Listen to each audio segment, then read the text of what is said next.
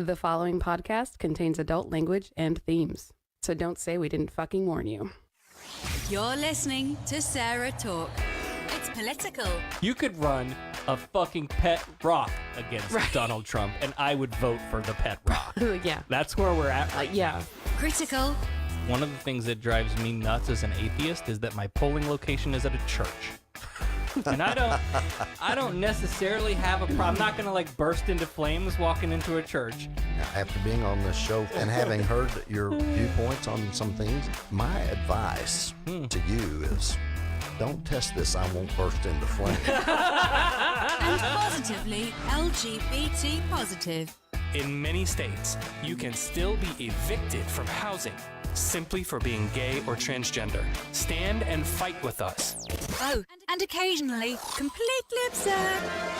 Oh, they're shutting us down. They're deplatforming us. I do a pretty good Alex Jones voice. We're turning the frogs gay. Okay, you're sleeping in the child's room tonight because there's no way you're sleeping next to me. That is disgusting. I'm going to have nightmares. And now, from Orlando, Florida, your host, Sarah Austin. Hey there, everybody. I am Sarah Austin. Welcome to SarahTalk. Surprise, surprise, surprise. This is episode 136 on a Sunday. What? It is Sunday, October 28th, 2018. Hey, we're live again, 2 nights in a row. What's that all about? Yeah, and then next week we're going to have a Saturday show and then a Tuesday show. We're going to be all just kinds of fun. Yeah. Well, why not? Is it next week? No, not next week. Yeah, whatever it is. Whatever week, we'll have whatever. You all know what I'm talking about. Yeah, it's next week. Yes. Oh, God, it is next week. Yeah. Yeah, because Halloween is this week. Yeah. What are we doing for Halloween? We're going trick-or-treating. Okay. And then we're going to give out 100 grams with Bernie, remember? Oh, yeah, that's right. We're just going around the neighborhood here? Or anything special? Yeah, I don't see. I mean, we Okay, could. I didn't know if there was like a trunk or treat or anything that you... I haven't. I mean, there are. I don't know. Okay. Trying to keep it simple. We have a small neighborhood. The less houses we go to, the less candy the kids can get jacked up on. Yeah, it's true. So. But also I want candy to take. Well, I bought the big bag That's true. to give away, and we're not going to give it all away because it's... What a silly holiday, right? Isn't it? Like... You could we just all... buy candy if you want candy. Right. Yeah, right. We all just buy candy, and then instead of giving it to each other, we just eat it. Yeah, that's what it should be. Yeah.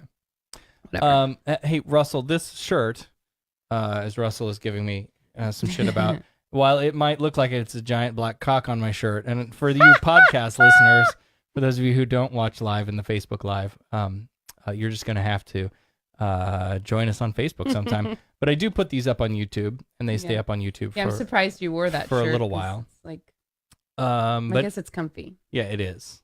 Yeah, it's not. I have one too.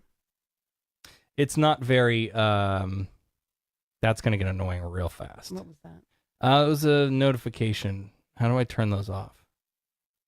For what? For Facebook, because we're watching this thing on Facebook. Oh. Well. Yeah. You're gonna hear noises. So anyway, Sorry. yeah. So this is a family thing. Mm-hmm. My grandmother had a farm, and I spent a lot of time at my grandparents' farm, and my cousin ended up with the property after, some time after they all passed, and my cousin ended up with the property, and this is their logo for the farm now. So it's a family thing, and but sure, if you don't know the insider story, then it looks like a big black cock, and that's fine. It's hilarious. I'm okay with that too. I wonder if your cousins realize that when they, because they don't seem like the type that would take that. Not today. I mean, no. Well, yeah, I mean, 20 years ago. No, I mean when they made the shirt. Yeah, I don't know. I don't know. Straight-laced people. Okay. Okay. Hello, Trisha. Trisha says it's a community thing. I love Halloween. No, I'm absolutely being facetious. Bitch. I'm teasing. Facetious. No. Snarky bitch is the word you were looking for. Okay, fine. No, Halloween is great. And while we're on the topic, I have none of this is planned. By the way, we're just spitballing. Yeah. Hey, if it's 12, 13, 14-year-old kid, 16-year-old kid knocks on your door, give them some fucking candy. I'm over this, like, Yeah. oh, well, there's just a certain age that they should stop going Right. trick-or-treating. No, we, humanity, we suck the fun out of everything. Literally everything. And you know what? I used to be, and I find myself, I used to be the type that would be like, oh, you're knocking on my door and you're 13, 14 and you don't have a costume on? Why should I give you candy? Right. But you know what? I have come to the realization that, you know what? Not everybody can afford to have a costume. Yep. And not everybody is creative enough to make a costume. So you know what? You knock on my door, I'm going to give you candy. Yeah. I agree. I agree.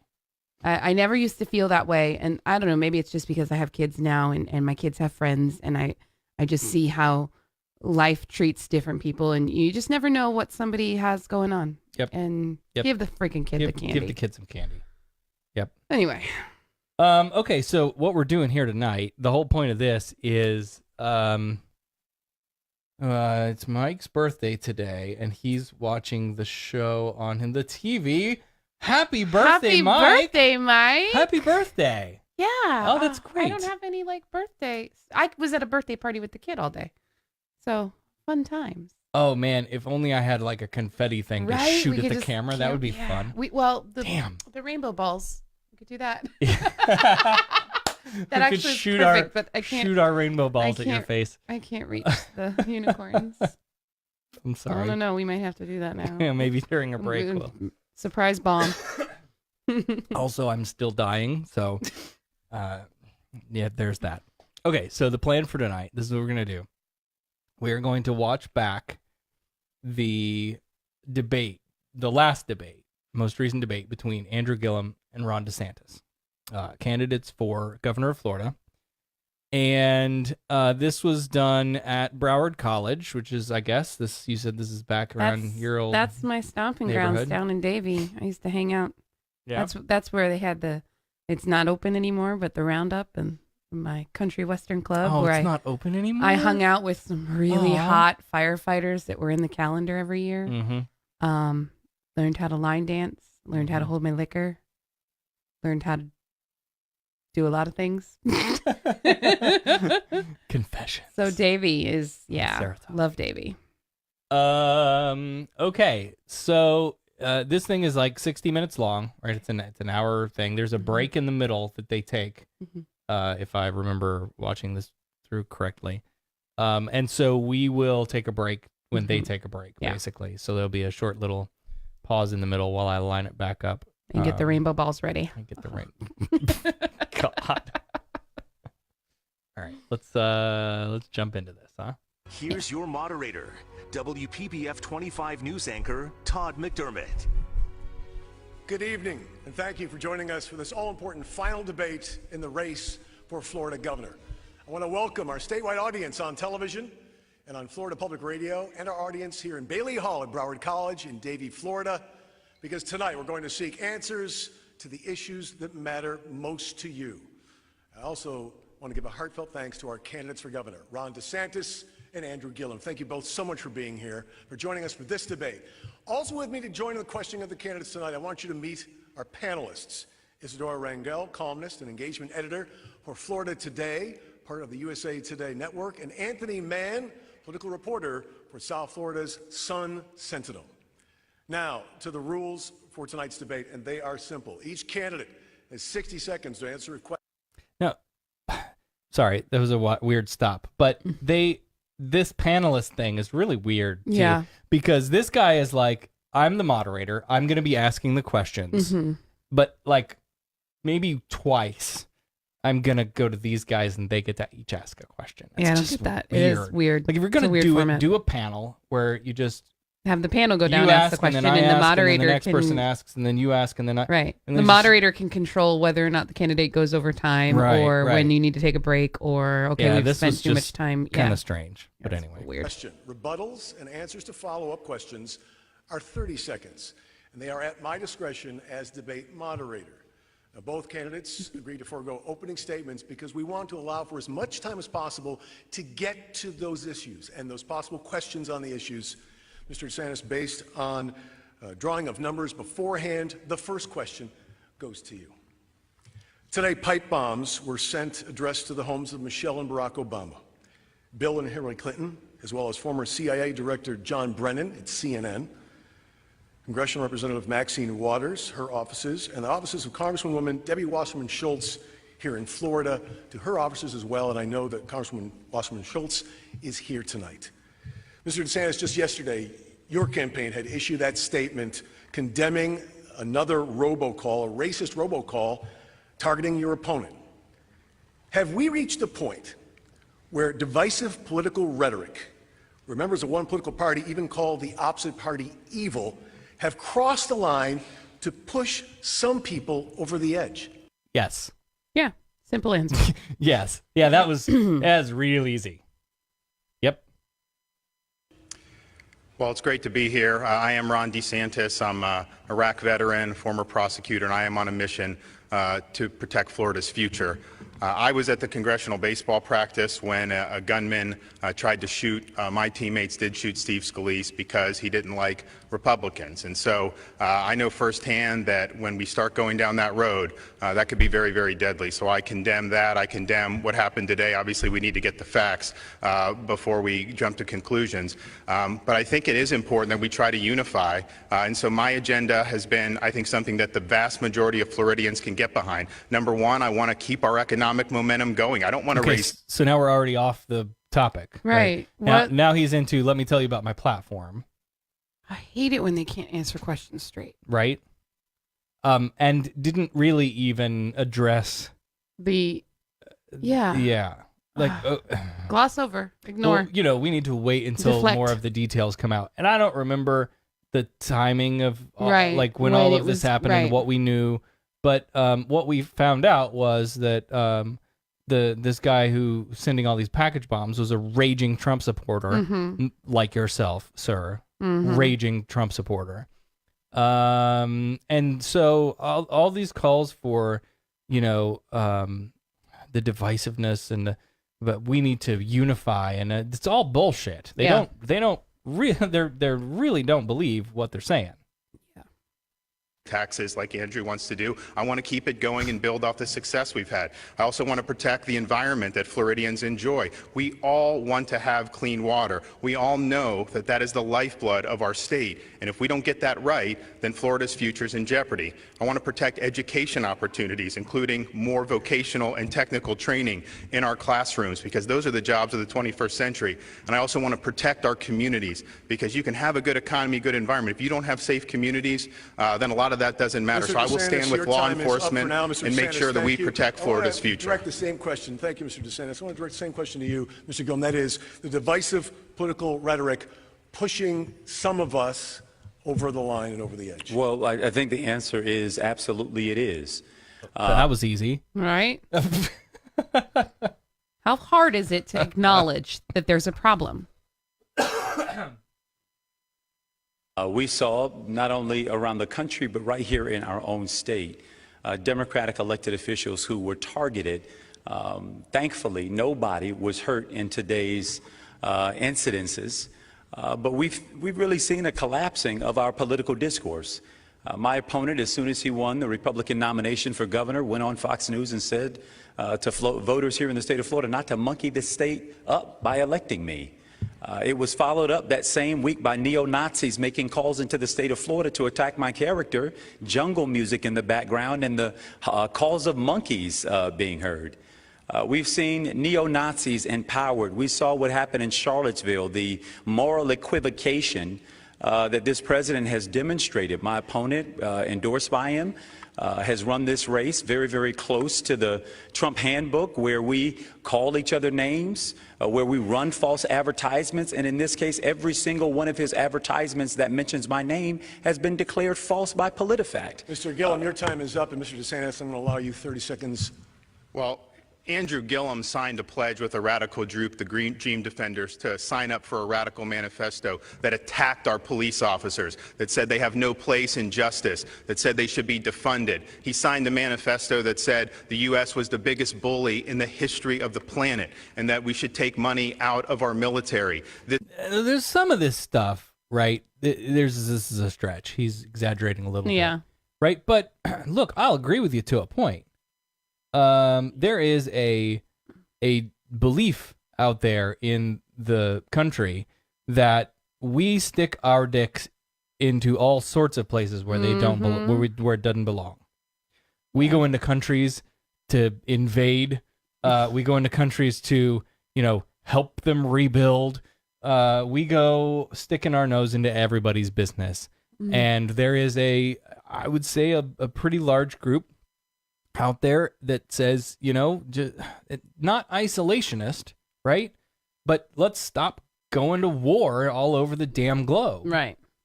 Stick to what we need to look at and focus on and fix within our own borders before we Right. try to police everybody else. So that I can kind of see as a, but some of the stuff about the police, again, this stuff all comes back to nuance. We're painting with broad brushes here. The truth about the state of police in the country isn't that all police it's never all. We're never talking about monoliths.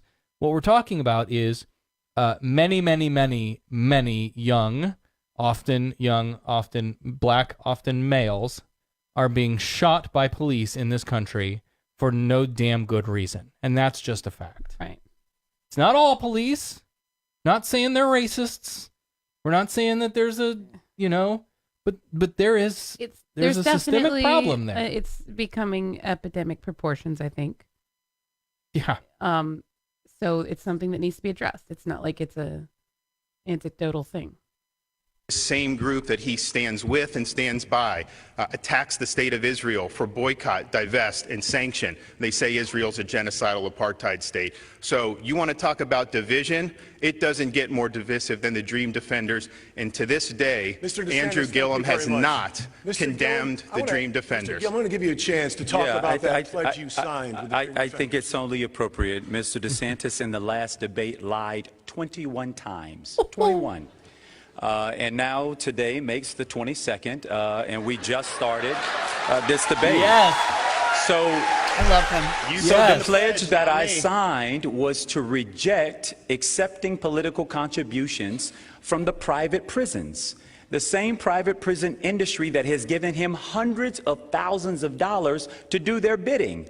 He's owned by them. I reject that, and in my community, we work hand in glove with law enforcement to make us a city that is experiencing a 5-year low in our crime rate. That's your 30 seconds, and I have to give you... Now, before he goes on, PolitiFact checked that also, and the 5-year low in the crime rate is, they rated partially true. Okay. So that's, again, a nuance issue in how you read the statistics, right. You another chance, Mr. So DeSantis. then why did the pledge you signed, the Freedom Pledge, say, I support the Freedom Papers? That's the manifesto. That's been documented in the press. That is 100% true. And yet again, Andrew, who's a career politician, has never done anything outside of politics, will not accept responsibility for his conduct. He wouldn't accept responsibility for getting a $1,000 ticket from an undercover FBI agent at last debate. We now know that he lied about that. At some point, you got to demonstrate leadership and accept responsibility for what you've done. Now he comes back to that a couple more times, and Gillum gets a chance to rebut that. But also, as we talked about last night, there appears to be more to that FBI story that has come out. Yeah. In the time since this. Mr. DeSantis, thank you. Again, I had asked our audience if you would to please not applaud, because we want to have these two gentlemen get all their time in to discuss these issues. And the question now is to you, Mr. Gillum. Your opponent says you were, quote, embroiled in a lot of corruption scandals and can't be entrusted with running the state. He says you are corrupt. You were befriended, as he just mentioned, by undercover FBI agents looking for corruption in your city. You socialized with them in New York City. You say the FBI told you you are not the target of their investigation. Now, this week, we know the subpoenaed text messages from a lobbyist who was your longtime friend appear to show a high-priced ticket to see the Broadway show Hamilton came from the undercover agent and not from your brother, as you stated. The question is for you, Did you know when you took that ticket from your brother in the lobby of the Richard Rogers Theater on 46th there in Manhattan, that an undercover agent posing as a developer had paid for the ticket and was gifting it to you? Yeah, these are some good questions. Yeah.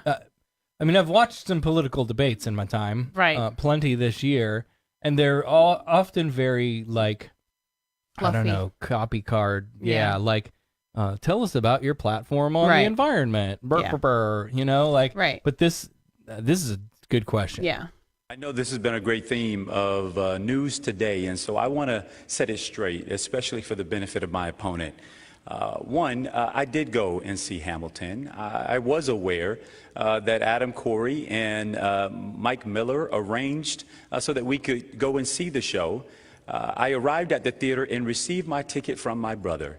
The problem that I have is that I should have asked more questions to make sure that everything that had transpired was above board. I was informed by my brother at the time that he gave Adam Corey tickets to a Jay-Z, Beyonce concert, of which I understand they took later, and I understood that to have solved whatever the issue was with regards to the expenses associated with it. But I take responsibility for not having asked more questions. But let me tell you, I'm running for governor. In the state of Florida, we got a lot of issues. In fact, we got 99 issues, and Hamilton ain't one of them. I get that this is what my opponent wants to discuss, but I would ask him, what happened to the $145,000 in receipts of public taxpayer money that he has yet to reveal? Your time is up, Mr. Gillum. Mr. DeSantis, I'm going to let you. So, what a good what a good response. Yeah. There's a way to interpret that. That's like, look, I'm not the crook. My brother's kind of the crook. Right. Like this is kind of my brother's fault. Yeah. Which, like I said before, obviously he's got some people that either need to clean up their act or he needs to clean house. Right. If there's things that are going on. But, I mean, Hamilton tickets or how many thousands of dollars in taxpayers? Like, really, people? Right. Like, come on. Well, and what was the story from last night? It was some tens of thousands of dollars for food or something at a $4,000. I thought it was $4,000. Yeah, maybe it was at a campaign. Right. It was, but campaign event, and it's not. You're not. But it's not apples and apples. But I get the principle of the thing, which is, if you're an elected official and you serve in public office and you're not supposed to take bribes, right? It doesn't matter whether it's a $5 scratch off or a $50,000 yacht. Like it doesn't matter. It's still the principle of the thing. Yeah. You talk in just a second, but I have a follow-up for you, and that is, how will you assure Florida voters tonight, in light of these stories, these scandals, that you didn't violate ethics rules and that you won't be indicted somehow and throw the state into turmoil if you were to become governor? Well, let me be very, very clear about this, which is I am not the subject of an FBI investigation. Neither is my city. There is absolutely no proof to substantiate that. Now, my opponent is going out of his way to attempt to make that the case, but I have zero tolerance for corruption. I've completely cooperated at every step of the way. Compare that to how Mr. DeSantis deals with the FBI. He's undermined them at every turn, sponsored a piece of legislation to curb their investigation into this administration in Washington, and even went so far as to suggest a deep state is at work to undermine this presidency. Mr. Gillum, thank you. Done with this deep state bullshit. If that is a card that you pull out of your deck to play, forget you. Yeah. I'm done with you. We talked about this last night. This conspiracy theorist bullshit. Yeah. Like, enough. So, and this will come up a couple of more times, but I guess my final thought on the FBI ticket, all of that nonsense is, I appreciate that he was willing to come on and say, like, direct question, I got this. Right. Yeah, I thought it was all on the clear. Sure. I didn't ask enough questions. I didn't ask the right questions. Mm-hmm. And that's not going to happen again. Right. Obviously. Learn my lesson. Yeah. That I think is so much better than, just toe in the line and lie and lie and lie until... Or deflect and change the subject and not answer the question at all. So I appreciate it. Yeah, absolutely. Yeah. I want to give Mr. DeSantis his time now.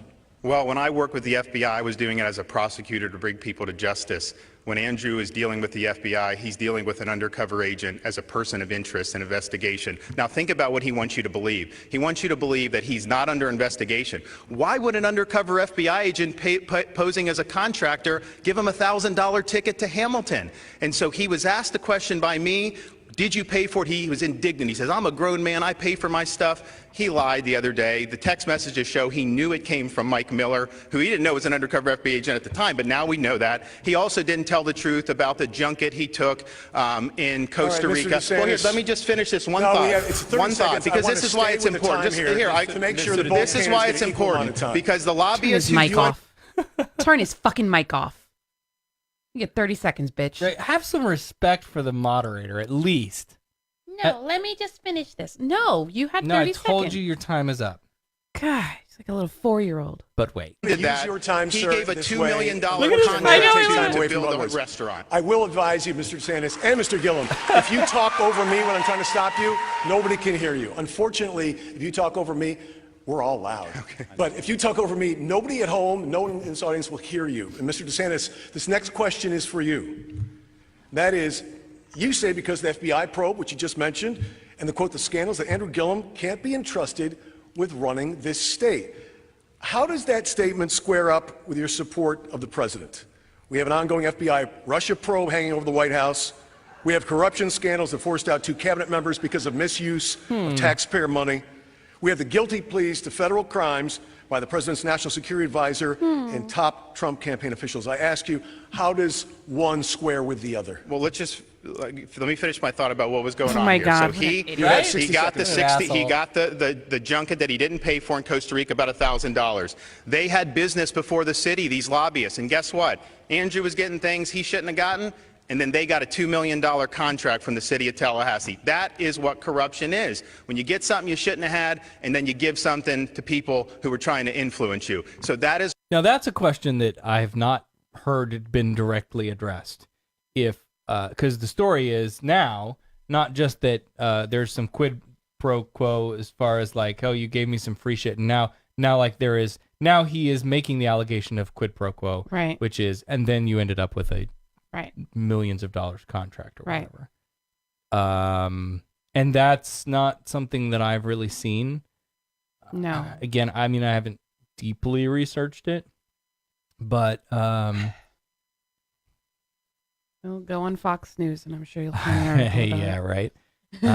Yeah, as thorough as this guy's questions are, though, I figured, I thought that would be a clear something that point that he'd brought up if it had been an established thing. Wrong, and he has not told the truth about any of that. What I would like Andrew to do is commit to waive, he's now under ethics investigation by the Florida Ethics Commission. Waive all confidentiality. Get all the statements and evidence out there so the voters of Florida can know whether it's on the up and up. So if you'll commit to do that, then I think we can maybe put this all to bed. That is what we need to do. Now, in terms of the administration, I was conducting oversight over people who were bad apples. Peter Strzok saying we're going to use an investigation to alter an election. I work with FBI agents as a prosecutor. Not one of them would have done that. They are not political. They are good civil servants. He abused his power, and I was glad to try to bring him to justice. All right, Mr. DeSantis, thank you. I'm going to give 30 seconds to Mr. Gillum now. Is it possible to get a minute? You were supposed to dock him of his time when he continued to use his privilege to speak over you. How about I cut the difference and make it 45 seconds? Okay, I'll work within that. So let's first try to deconstruct a lot of the lies that, again, came from my opponent. Number one, I'm just going to back up because this is a race for governor. We had bombs delivered to homes of national leaders today. The issues that are confronting the people of this state, health care, accessibility, affordable housing, paying teachers what they're worth, are all being sucked up by the first however many minutes of this debate by lies by this gentleman, who, by the way, told the press that he would not release $145,000 of public money, our money, and where he traveled. We know he used some of that money to go to Fox News to run his campaign for governor, yet he has refused to release those receipts. Why don't you begin setting an example and releasing your receipts, because I've released all of mine. Let's go ahead and move on, gentlemen. I know that, but I know you want to talk about these other issues, and we are way over on this one. Let's talk about health care. I know you both want to talk about health care. This question is to Andrew Gillum. You promised to fight for Medicaid expansion. You said on Sunday, 800,000 people, you could get this coverage for them. Florida's Republican legislators are going to fight back against that. The State House rejected the idea last time. The governor eventually did too. If you're governor, what can you really deliver to the people of Florida when you say, I want to expand Medicaid to these people? Absolutely. So we should begin by saying that the Senate, under Republican control, actually passed Medicaid expansion by a vote of 39-1 under Republican leadership. We deserve to expand Medicaid and offer access to health care for over 800,000 of the most medically needy people in our state. And if we do that, we will pull down $6 billion from the federal government that will go into this state's healthcare system so we can hire more doctors, more nurses, more nurse practitioners, more healthcare workers. This means something to me. I remember having to wait for the free dental clinic to come through my neighborhood in order to have my teeth cleaned. I would expect that the elected representatives in the House and in the Senate would do the work of the people of this state. Suspend with the philosophical differences and go and act on their behalf. My opponent in Congress voted over a dozen times to repeal the Affordable Care Act. He told a cancer patient, when concerned about how they were supposed to get access to health care, to go to the emergency room. My opponent also said that he would allow insurance companies to discriminate based off of pre-existing conditions. Mr. Gillum, thank you. Mr. DeSantis, So the the U.S. Census comment- reports that last year, just under 13... Stop, damn it. The comment there about go to the emergency room. Yeah, they were like, so, look, I've got cancer and I need to get treatment. I need to see my doctor, and I don't have insurance, or I can't afford the premiums and the copays and all the things. Then what do I do? Well, you can always go to the emergency room. They don't do chemo at the emergency room, you dumbass. What? Fucking idiots. Do cancer treatments in the emergency room. Oh my God.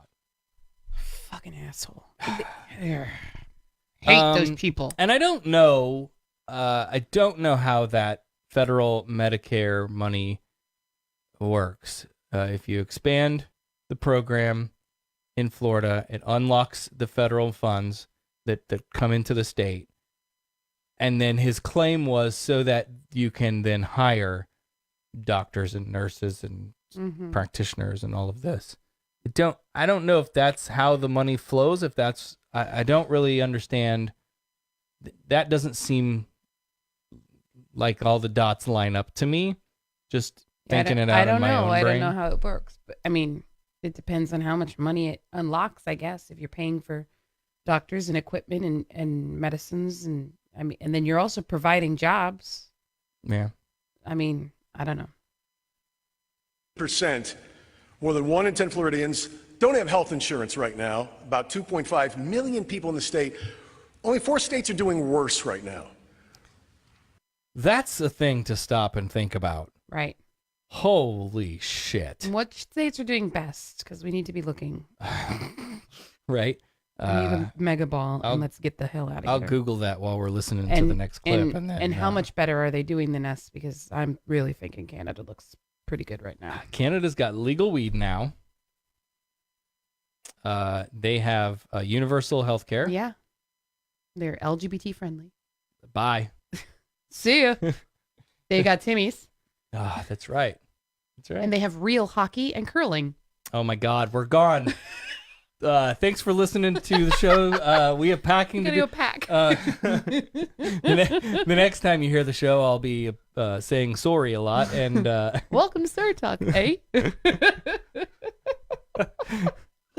We'll start a curling podcast, and I'll become a hockey coach. You did vote for the American Health Care Act. That was the replacement for Obamacare.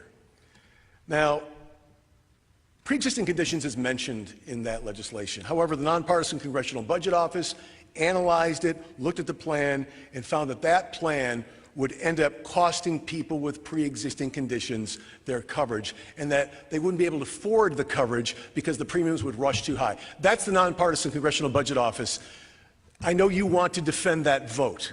Well, it's not true. So people What's not true, sir? The nonpartisan Congressional Budget Office? They've been wrong about a lot of things. So here's what we did.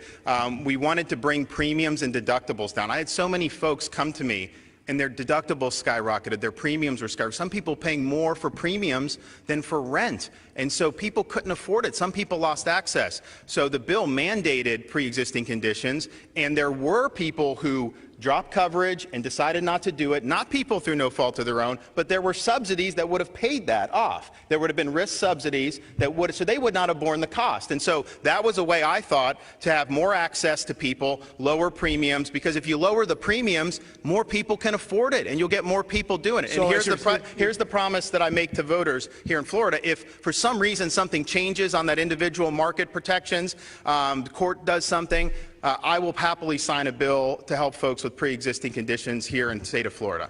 And Mr. Yeah, right. Now, we're hearing that again. I don't We believe talked you about for this a a little bit last friggin- night. We're hearing that a lot from the right Yeah. now. Well, and you know why? Because it's election We're the season. ones that are going to take care of the pre-existing. Yeah. Everybody No, you're fucking agrees. not. We all agree. Everybody agrees we want to protect pre-existing conditions. Don't look at my voting record, by the way.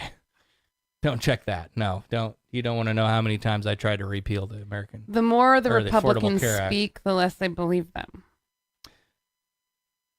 Yeah, it seems to be that It's way. Like, I getting- hate to say that, but that's monolith them, yeah. but It's really been hard for me to pick out any of the crowd that are even halfway decent. This Kavanaugh hearing really, really did it for me. yeah, that was rough. That one did it for me because, you know, there was a few moments where I thought, oh, okay, these are decent. There's some decent ones in there that might do the right thing. And nope. DeSantis, I want to give you the chance, just as we go back to the Congressional Budget Office analysis, that they also said that that $8 billion that was put in to H.R. 1628 would have done something. It was supposed to pay for pre-existing conditions. It was $1.6 billion a year for 5 years, and the CBO said that it would not cover their costs, and they would still lose their pre-existing coverage. Way more money than that. There was over $115 billion in the bill, and states have done this effectively, like Maine, who had Obamacare-style architecture prior to that on a state level. They used this tool, and they were able to directly subsidize the people who were effectively uninsurable. That brought rates down for everybody else, but allowed access. So there was way over. No one should be described as uninsurable. Yeah, that was not, I don't like that No. choice of term there. That just hit me wrong. that. Sorry. Yeah. $100 billion, so I'm not sure where you're getting that, but at the end of the day, we know obviously everyone on Medicare, employer insurance, all that, they've been covered on pre-existing conditions for decades. We all support that. All right, sir, there thank was you a very problem much. on the I will individual point out, you're market, over and we your should time deal here. with it. I should also let you know, again, my facts come from the Congressional Budget Office. Mr. Gillum, I want to give you... Oh, yes.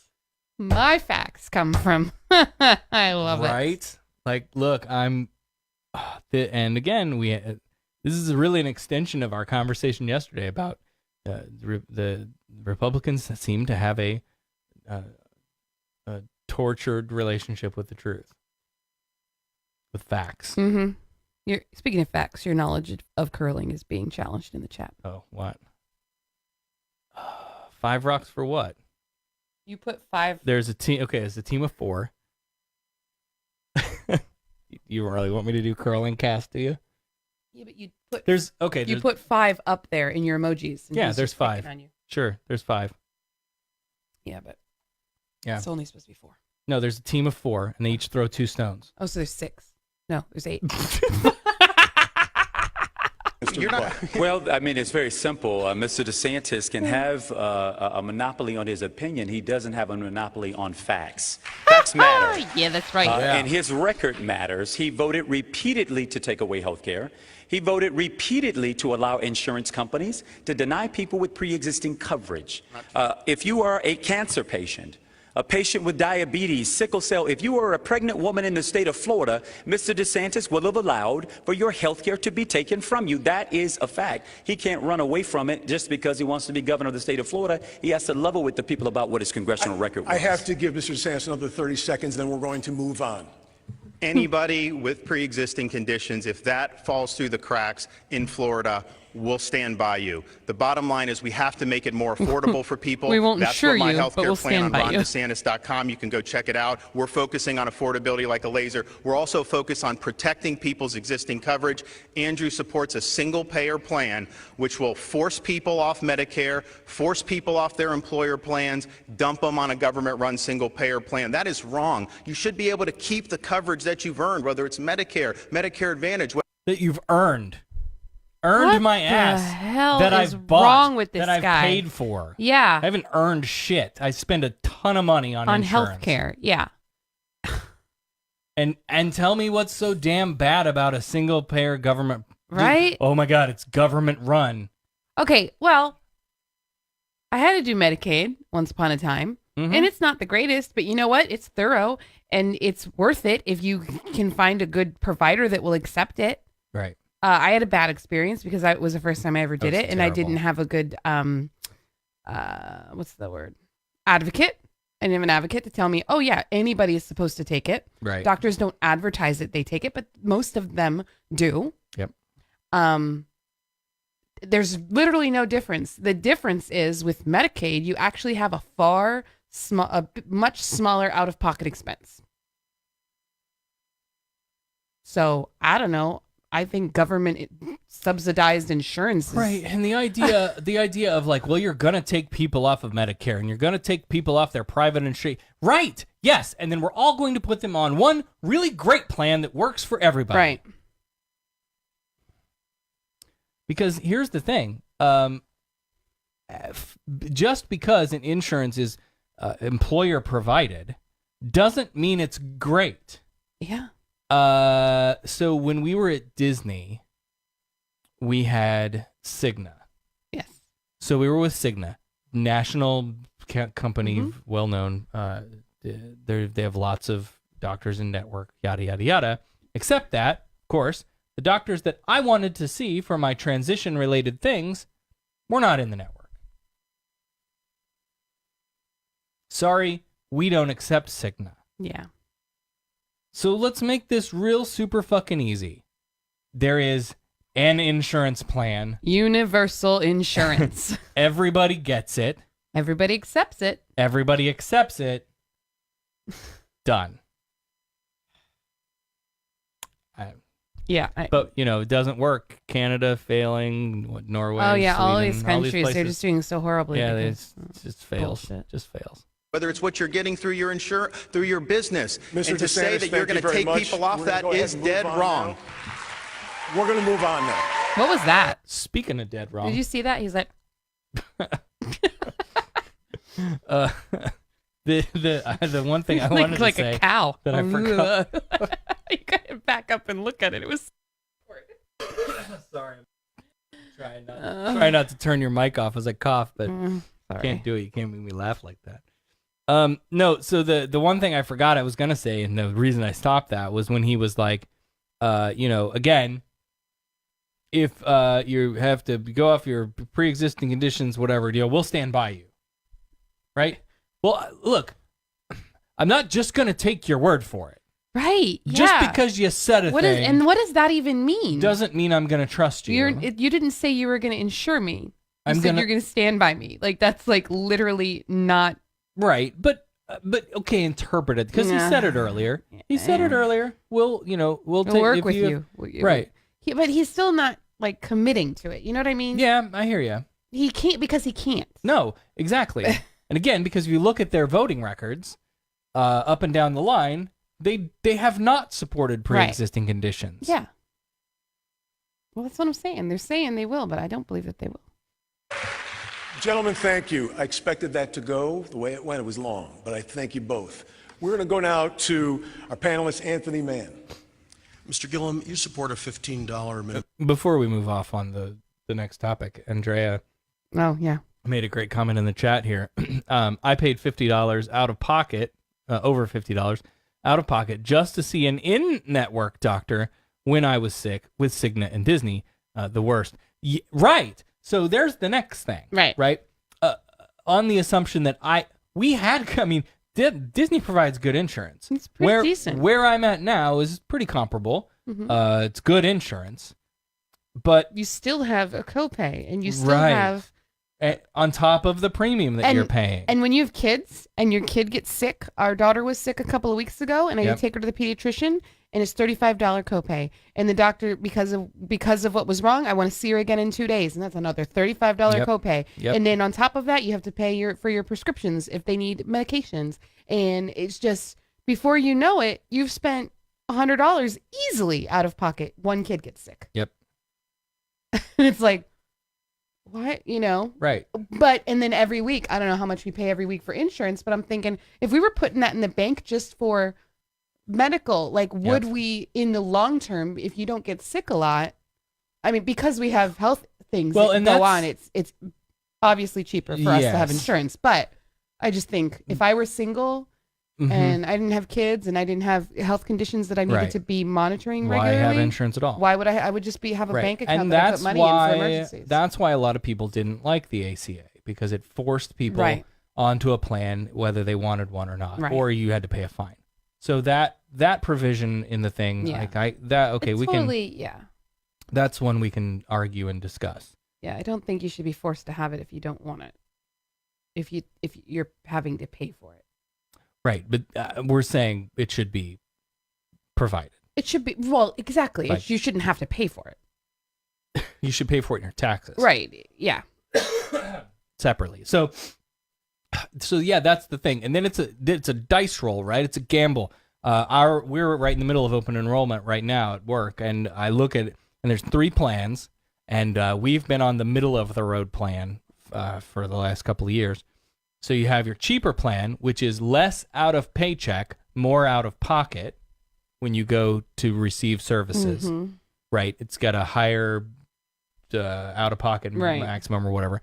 And then the middle of the road plan, and then on the other end, you pay a shit ton out of paycheck each week, but it's just a drop in the hat when you need to. So if you're someone who gets sick a lot, if you're at the doctor's office a lot, then it might make sense to pay more out of each paycheck until you consider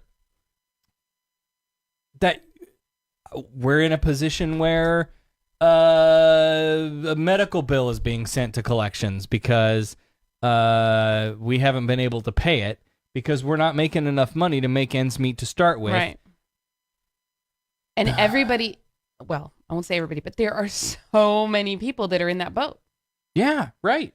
So I couldn't pick the more expensive plan if I wanted to. I can't afford for you to take more out of my paycheck and still not get, and I'm not coming out ahead at all. Yeah. I'm still having to pay out of pocket something. It's $25 copay instead of a $35. Are you fucking kidding me? Right. I save $10 by jacking up the amount that you take out of my paycheck each week. Or you go down to the cheapest one and then you just wish and hope that you have a good year where nobody gets that sick.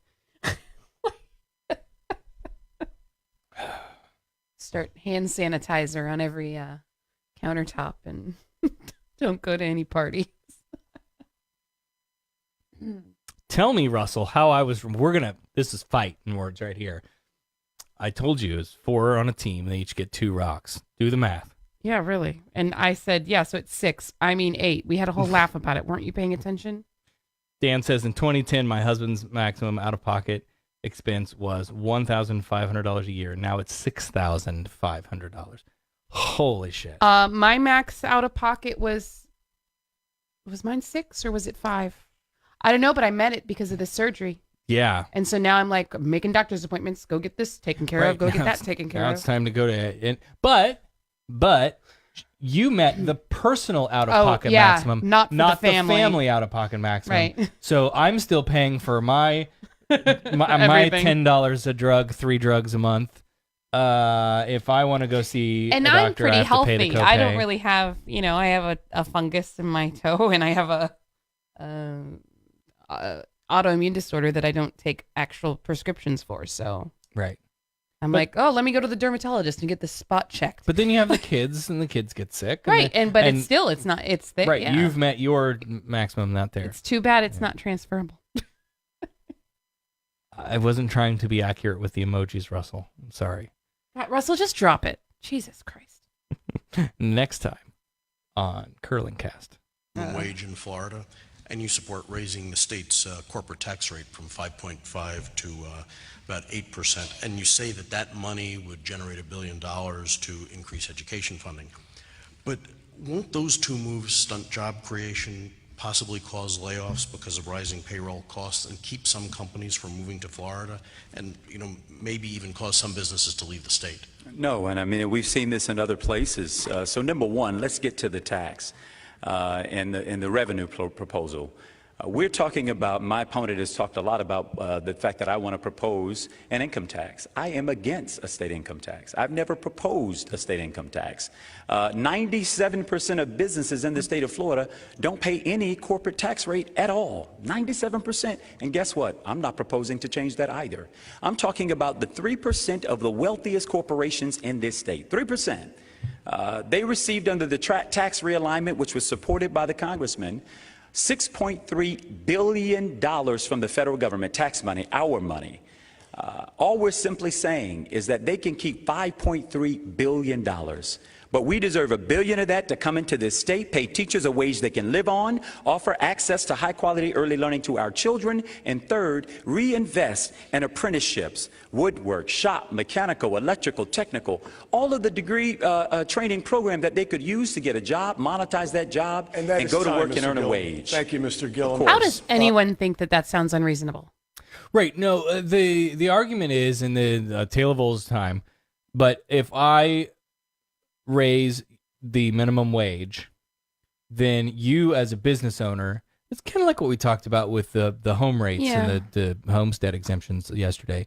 If I have to suddenly pay all of my workers more, well, I'm going to, obviously I don't want to lose profits, so I'm going to have to increase the prices on all of my goods and services. Right? That's the argument, is that, fine, we'll give everybody, and what they're arguing is it's an equal and opposite reaction. So we're going to raise your income. Here's your new, your $15 an hour, good for you, the new minimum wage. But also the price of gas and the price of everything else, the cable and the electricity and all of the other things are going to have to, as they claim, raise equally. Right. And it'll just be a wash at the end anyway. But that's the argument. Now, how that actually plays out, I'm no economist. I couldn't tell you. But I don't know. Yeah. Another question on the economy. Isadora Rangel has a question for Mr. DeSantis. Thank you, Todd. Mr. DeSantis, you're campaigning on protecting the economic momentum of Florida. A United Way study last year shows that just under 30% of Florida families can be considered the working poor. They work full-time but can't make ends meet. How are you going to help them get bigger paychecks so they can provide for their families? Well, what Andrew's proposing, these massive tax increases, those are some of the very people that will be hurt the most. I started off making $6 an hour. It was a job that I needed to get through school. I did multiple jobs. Under Andrew's plan, I would not have had a job. I would have made $0 an hour. Businesses will leave the state. People will lose jobs and will stop people from investing in Florida. It would be I would add $0. They would just, all the businesses would have closed. There would have been no businesses. Not a McDonald's in sight. There's just nothing. Close up the state, and I would have been done. What? Yeah. Historic mistake. What I'm going to do is I'm going to welcome more investment in Florida. And when I'm elected, people will know Florida's going to continue to have a low tax climate. We're going to be open for business. And here's what Andrew's not telling you. He has a history of raising taxes. Property tax increase as mayor, very stiff increase. Property tax increase as a commissioner in Tallahassee, even though he voted to give himself tens of thousands of dollars in additional retirement benefits. And now he's proposing a 40% tax increase, which is going to devastate folks.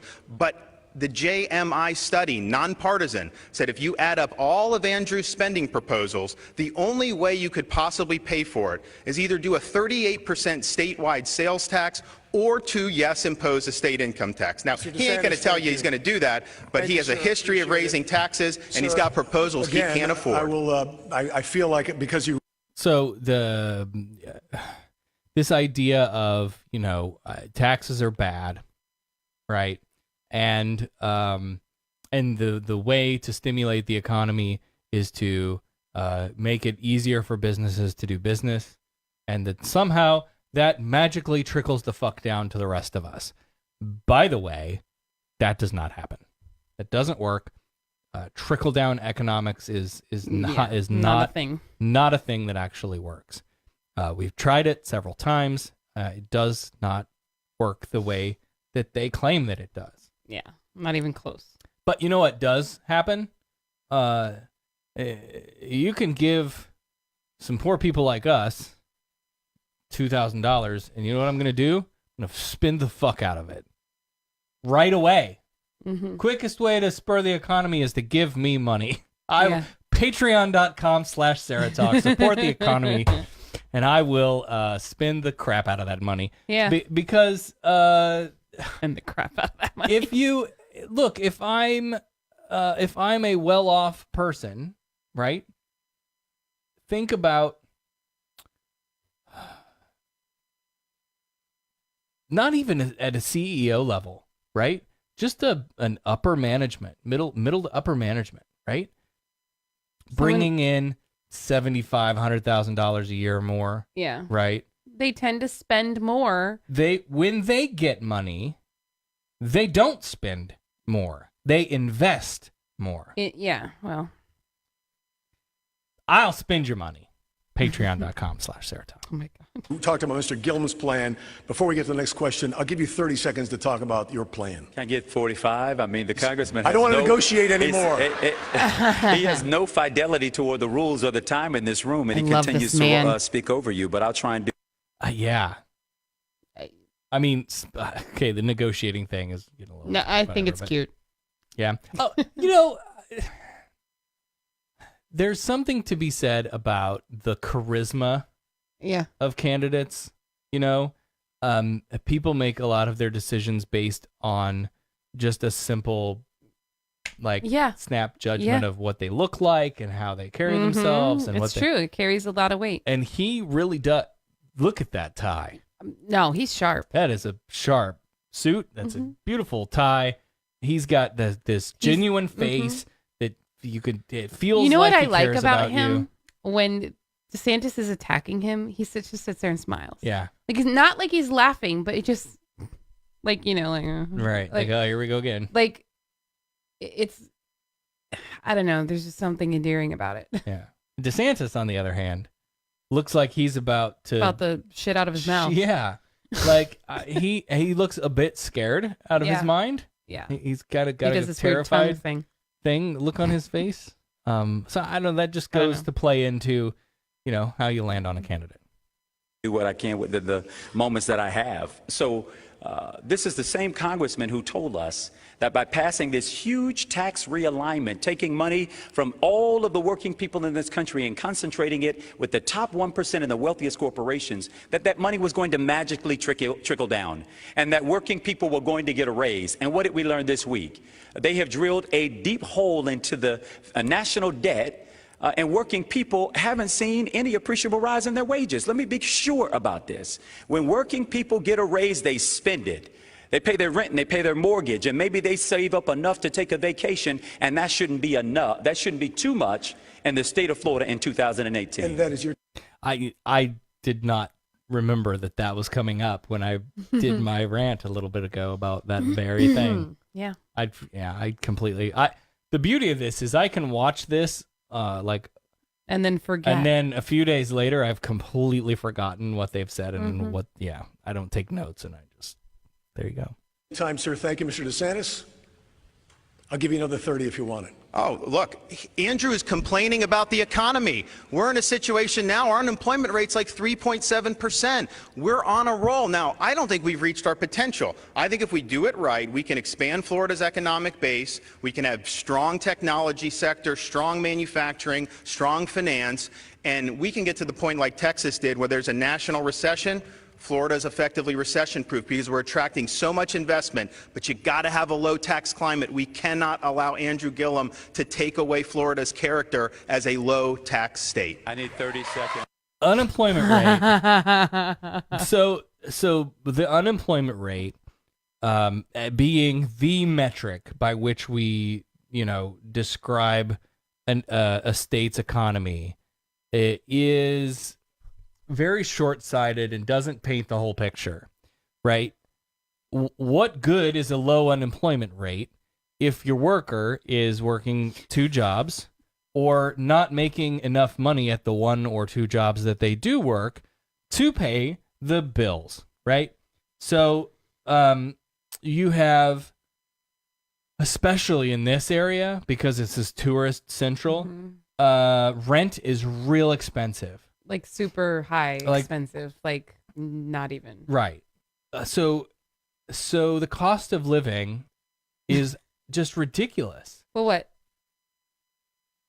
9 years ago, we lived in a 1-bedroom apartment. And when we bought our first house, 3 bedrooms, 2 baths, 2-car garage, we were paying the same amount on our mortgage as we were paying for a rented apartment with 1 bedroom. Right. And it's always cheaper to buy. But if right, you have obviously, good but credit, if which you have, we did, which right, I did. But yeah, if you didn't have the immaculate credit, your interest rates and everything would go up. But the fact that's even a thing, like that a 1-bedroom apartment would cost the same amount as a 3-bedroom house. It just Yep. So again, unemployment rate is one of the metrics of many, and if you're not making enough money at the jobs that you do have, just because you have a job doesn't mean that you're in a successful place. Right. Russell caught it. I didn't catch it. He said, "No, don't make us like Texas." Oh God. I heard it, but I didn't catch it. But that's man, great. Yeah, that's great. All right. Andrew wants 30 seconds. Okay. 30 seconds. This is the last 30 seconds. That's fine. That's totally fine, and I appreciate your generosity on time. 44% of the people in the state of Florida say that they cannot make ends meet at the end of the month. So Mr. DeSantis' big donors may be doing just fine. They got their yachts and their boats, but for the rest of the working people in this state, they simply want a wage they can live on. And having grown up to my mother, who was a school bus driver, and my father, who was a construction worker, and watching my parents trade between which bills they could pay before something got cut off, it is enough of giving away to the wealthiest 1% and the rest of the people struggling all the way through. Unacceptable. Good time. Yes. Amen. That was worth his last 30 seconds. Right? 44% of people report that they struggle to make ends meet. Yeah. We are in that camp for sure. Absolutely. And it doesn't surprise me that number is as high as it is. Yeah. It really doesn't. And, I mean, I get a lot of, oh, well, why don't you go back to work? Well, yeah, okay, I'd go back to work, and you know what would happen? I would be making just the same amount of money that it would cost to put my child that's not in school yet in daycare. Yep. So where's the takeaway? That's why I quit working, was because it was costing just as much to put her in daycare while I was at work, and then I was just turning my paycheck over to daycare, which is ridiculous. Yep. All right, thank you both. Let's move on. Mr. Gillum, this question's for you. You've said we've got to end this for-profit education system in reference to charter schools in the state. 10% of the students in Florida attend charter schools that provide an alternative to traditional public education. Are you saying you would cut any dollars away from what funds charter schools in this state? No, I'm not proposing any change to the current status quo, but what we are saying is that we're going to put money into our public system where over 90% of our kids are still being educated, and it's going to begin by paying teachers a wage that they can live on. Right now, in the state of Florida, teachers make an average salary that is the 45th lowest of all 50 states. Now, if my grandmother were here, she wouldn't just say that's a shame, she would say it's a crying shame. We deserve to pay our teachers a wage they can live on. Miami-Dade, just a few miles from here, the school board is debating whether or not they're going to have to change the zoning for property that's on school grounds to create affordable housing because teachers can't afford to live in the neighborhoods that they work. I wouldn't be here today were it not for Miss Aubrey, Miss Lou LaFontaine, Mr. Estes, those teachers who poured into me, created an opportunity for me to push past my limits to become the first of my siblings to graduate from high school and to graduate from college. They deserve a wage that they can live on, and when I'm governor, we're going to fight for it. So here's the thing about charter schools that I don't know. 10% of students, he said, go to charter schools in Florida. Yeah. So if they are to be publicly funded, in part, like private schools, I get, right? You want to send your kid to a private Christian school or a private whatever school. It doesn't have to be Christian. It just usually is. Yeah, let's open a private secular school. Then you shouldn't get my tax dollars, period. Yeah. If you want your kid to go to a private school, then you pay a tuition. Right. And that's how it's always been. So why are we... And then the public schools are created that the public all combined pay together to educate the youth of America. Mm-hmm. And so the charter school system, I don't know. I don't understand. I never understood enough about it, I guess. And I don't know. It's just, we didn't have those where I grew up. We had one. Yeah, we didn't either. We had one that opened when I was an adult. Like it was like an old, some building that they just converted into a school and it became a charter school. I don't even know. I don't even remember. I'm going to kindly ask the audience again. I want to hear everything these gentlemen have to say, so if you would hold your applause, it would be great. Mr. DeSantis, we're talking education. We're also talking charter schools, which I know are important to you as well. Where do you stand? Well, Andrew's singing a different tune because in the Democratic primary, he said charter schools would be done. And here's my thing. They're public schools. They're not district-managed schools, and so they have the ability to innovate and be a little more nimble. And these are parents who are making the decision to send their kids to these schools, and some of them are succeeding. I mean, the Renaissance Middle School here locally is one of the best performing schools. You look at the performance has been positive.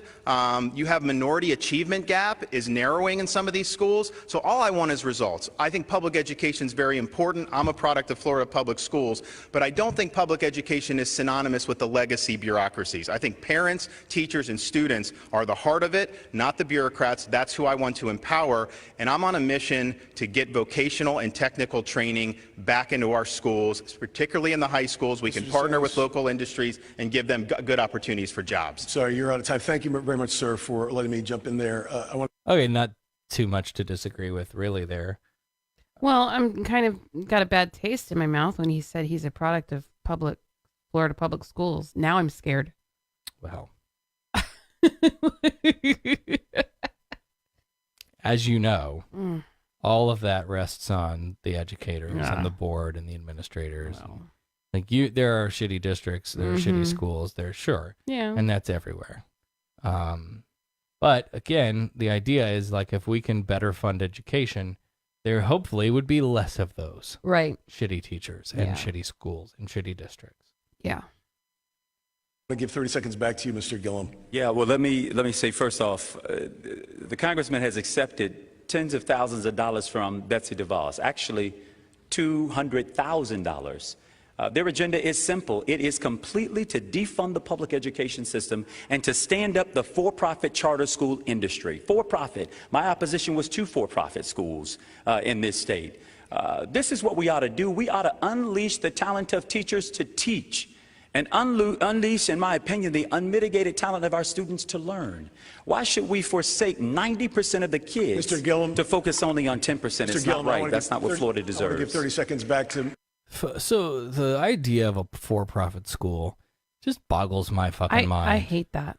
It feels dirty. Yeah. To me. Yep. Yeah, but it reminds me of college, which are for-profit institutions. Well, yeah, but... Which I don't like, the way that's structured and set up. Yeah. That's my point. Is no, I don't think that's the right way to do it. Well, and that's it's just a big mess. That's a whole nother rabbit hole. Right, because now you have a board of directors, instead of instead of an education board or whatever, district board. Now you have the board of directors deciding, what the course of action is going to be for this school. And yes, some of them do get, have good results. But if their actions are all bent on the bottom line and the dollar figures, and that's just not. Well, and I'm curious to know is where do the charter schools land on issues that maybe are something happens, like a transgender kid gets locked out in the bleachers during a active shooter drill. Who oversees that? Is that because it's a for-profit school? So who is it? The board of directors, or does it go before the board of education? Right. Like that's what worries me about a charter school is who really is making who's really in the charge? Decisions there. Yeah, that's a good question. Mr. DeSantis now. So anyone in anything for profit you would get rid of. That means you're going to upend the lives of 240,000 students in the state of Florida. And again, these are students whose parents are making this decision, who are performing well. And here's the thing. I want accountability for all of our schools, including public charter schools. And when I'm governor, I'm going to push for a new requirement that if you're going to start a charter school, you need to buy insurance for the whole first year costs. Because if it's not working, I don't want the taxpayers on the hook for that. I want what works. But what Andrew is saying is really going to disrupt a lot of families who finally have a school that is right for them. And that is time. Mr. DeSantis, thank you. Mr. Gillum, thank you. It's time to take a breath, perhaps take a drink of water. We're going to take a 2-minute break, and we'll return with Decision 2018. Okay. Before you vote, the debate for Florida governor when we come back. All right. So there you go. We're at the halfway mark. It seems like it should be a lot farther ahead than it is. I know we're running late here. Oh well. But anyway, what we'll do is we'll take a break. I'm going to refill my water. This will just be a quick 1-2 minutes. And then we'll be right back with the rest of the debate between Andrew Gillum and Ron DeSantis in the race for Florida governor. You're listening to SarahTalk.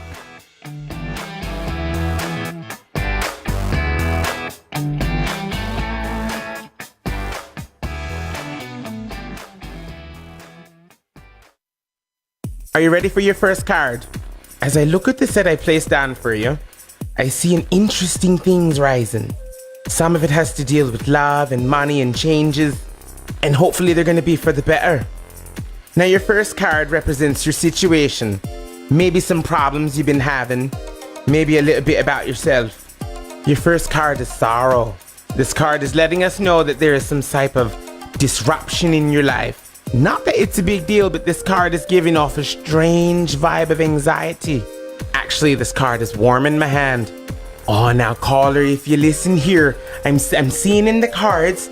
Oh, yes, the 45 of mangoes. The 45 of mangoes card says you're going to go on to Patreon and subscribe because there is nothing better than giving when receiving. What will you ask me?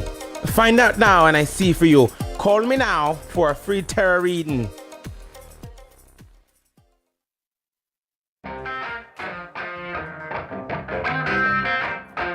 Hey, this is Morgan Stevenson tuning in from Kalamazoo, Michigan at the SarahTalk podcast.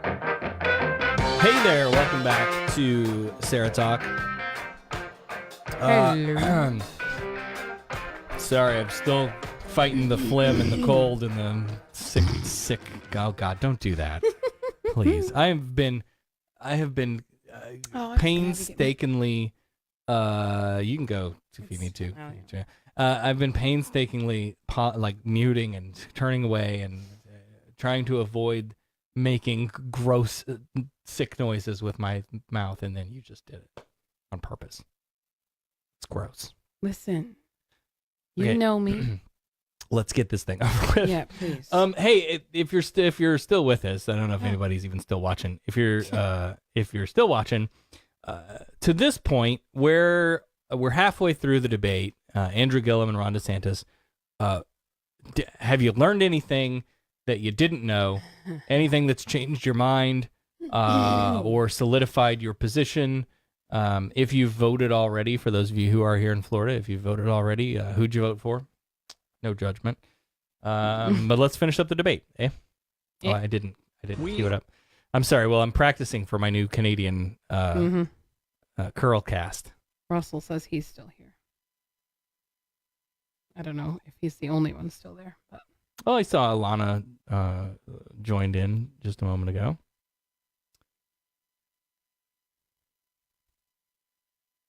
I should have just let this roll through the break. Yeah, that would have been... You guys didn't see the marching band come through? All right, we are back. If the audience would take their seats. It's been a lively first half hour. Let's get right to the next question. This is for you, Mr. Gillum. Your campaign website says President Trump's attacks on cities friendly to immigrants must end, and we must, quote, remove the immoral family separation policies.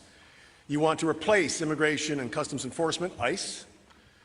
The question is, do you support sanctuary cities in the state of Florida? Would you refuse cooperation with federal agents if more immigrant children are separated from their parents at the border? Yeah, so first off, there are no sanctuary cities in the state of Florida, and there's also no definition in this state for a sanctuary city. We believe that we are a nation in a state of borders. We also believe that we're a nation in a state of values, where we don't separate babies, put them in cages to separate them from their mothers. Immigration and Border Control has an important job to do. And we ought to empower them to do that job, which is why we propose moving the agency inside of the Department of Justice, which obviously already oversees 4 agencies, so that they can do the job of ensuring that rapists and murderers aren't coming into the United States. Make sure that sex traffickers aren't coming into the United States. Intercept the fentanyl that's coming in by containers from Asia into our communities and ending up in our city streets. What? The drugs are coming from Asia, not Mexico? No. I don't believe it. Unbelievable. I believe in borders here in the United States, but I believe that our mission has been diverted toward taking away breastfeeding babies from their mothers, and that is inconsistent with the American way. Mr. Gillum, thank you. Amen. Right? Amen. Yeah, absolutely. Right? That's the argument. Like, nobody is... So they're trying to say Gillum's position is just abolish ICE and let people run rampant and do whatever they want to do and have no accountability. And that's not the position at all. The position is listen, obviously we need to have borders, we need to have laws. All of those things are required to make a civilization work, right? To make the globalist in me doesn't need borders, but in the current design, that's the things we need to make it work. But we can do that without being complete monsters, right? Which is what we have been, tearing children from their mother's arms. Are you kidding me? Mm-hmm. Mr. DeSantis, we've got this caravan of people coming to the southern border again, seeking political asylum. It's a big news story right now. They're in Mexico. You're on record as saying you don't approve of the family separation policy. How will you respond as governor if the federal policy of taking kids from their parents and bringing those children here to Florida to be held continues? Well, look, I mean, I have to see what my options are, but here's what I would say. Andrew says there's no sanctuary cities in Florida, and that may be true, but that's going to change if he's governor. I mean, he will support sanctuary cities. He said he will not cooperate with Donald Trump's ICE, and that to me is just absolutely outrageous. I mean, he hates Trump so much, he's political posturing, that if we have a criminal illegal that serves a prison sentence and there's an ICE detainer on that individual so that we can get them in federal custody and send them home, Andrew doesn't want to, he won't commit to cooperating. I will cooperate. I will get that criminal out of our state and out of our country. And here's the thing. Why would you allow your dislike for the president to knowingly put communities at risk, to have mothers who may have their sons or daughters harmed by somebody? That is just wrong. We have to protect Floridians first. Thank you and very that's much. what I'll do as governor. So we lock people up in case they just might be criminals and rapists and murderers. Mm-hmm. Is that the plan? Is that what I heard? It's kind of what it sounded like. Or am I over exaggerating that? I mean, but that's what it sounded like to me. Because it's a very vague, like, I don't like this whole immigration thing. It's just horrifying. The whole thing, top to bottom, for whatever reason. You know? You grew up in southern Florida. Yeah. Lots of immigration. Yeah. I remember Alien Gonzalez. being torn from his house in the middle of the night by ICE agents. It was horrific. It wasn't ICE back then. It was INS or whatever. INS, yeah, INS, that's what it was. But this little kid ripped out of a house like he was some kind of criminal. Yep. And I thought, that's just disgusting. Yep. What in the world? And I've always, I don't know. That there's the 1 foot in the sand, 1 foot in the ocean thing for the Cuban immigrants that flee here. And I remember that, that's a thing. And okay, so is that not a thing anymore? Because if they're here, that means they made it here, so they should get some kind of asylum. You didn't catch them in the water. Yep. They're and why why do we do that for Cubans and not for anyone, whoever else? Anyone. Right. Again, especially when you look back at our ancestry, how many of us are here solely because our ancestors, somebody immigrated here. Right. Most of us. Yeah. A great majority. Assault rifles. Yeah, Russell. They had assault rifles pointed at this 5-year-old. Yeah.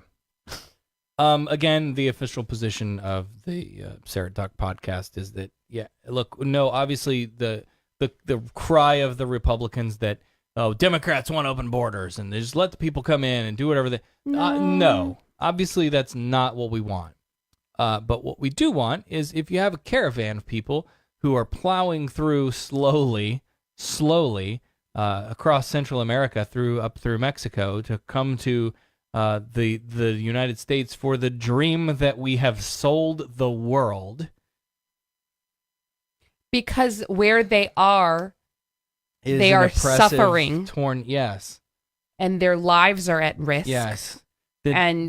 We should be humanists about this. Yeah. And look at these people not as rapists and drug dealers and criminals, but as humans. Right. That's it. That's my position. Mm-hmm. Okay. Gotta keep moving. Really, we do. To be clear, that was a question to you, so I gave you more time, not the 30 seconds. However, Mr. Gillum, 30 seconds for a rebuttal. Yeah, sure. So again, I said this before, Mr. DeSantis has far too many degrees not to get it. But yet again tonight... Burn! Wow. Oh, he's on fire.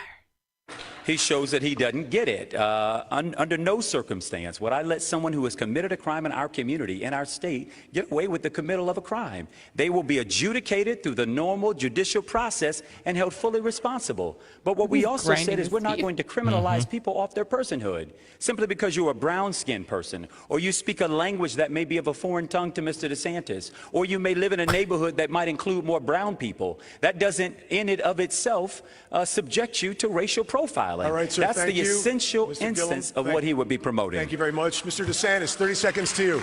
So he's... And let me just tell you, the people that are in the comments chat, are horrifying. Oh my God, I shouldn't be reading them. No, you shouldn't. What was the one that I was just looking at jumped off the screen when I was, but it was Gillum supports socialist, open borders, blah blah blah, whatever. Ugh.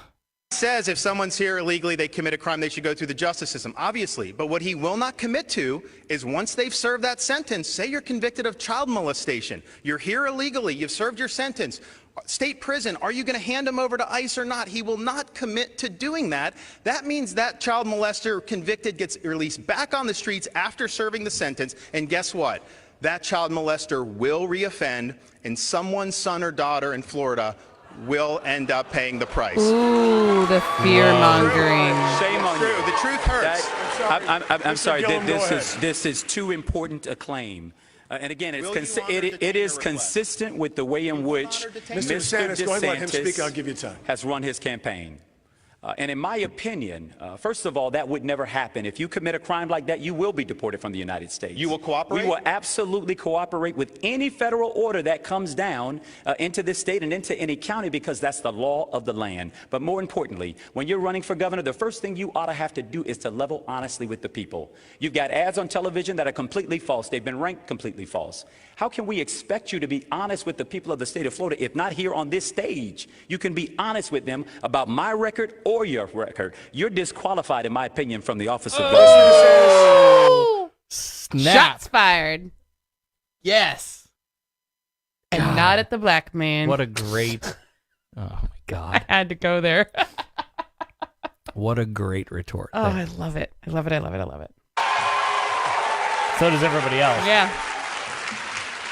Andrew's the one who lied to the people of Florida on Sunday night about accepting a gift from an undercover FBI agent. He's Oh the my one God. who lied. This again?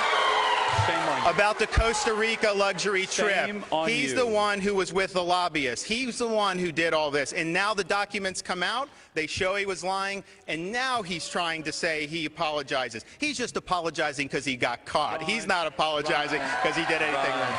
All right. Ron, no.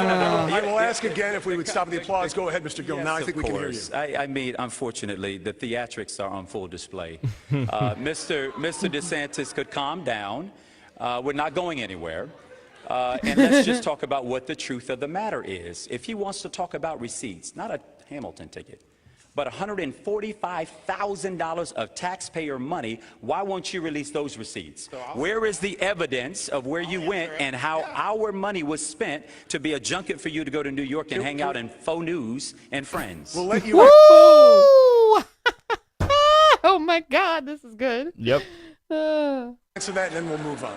So both Andrew and I have received money to travel with the federal government. The difference is I received my money legally and through my congressional office to travel from Florida to Washington and back again for 6 years, twice a week. Andrew got travel money from the federal government because it was from an undercover FBI agent who is investigating him for corruption.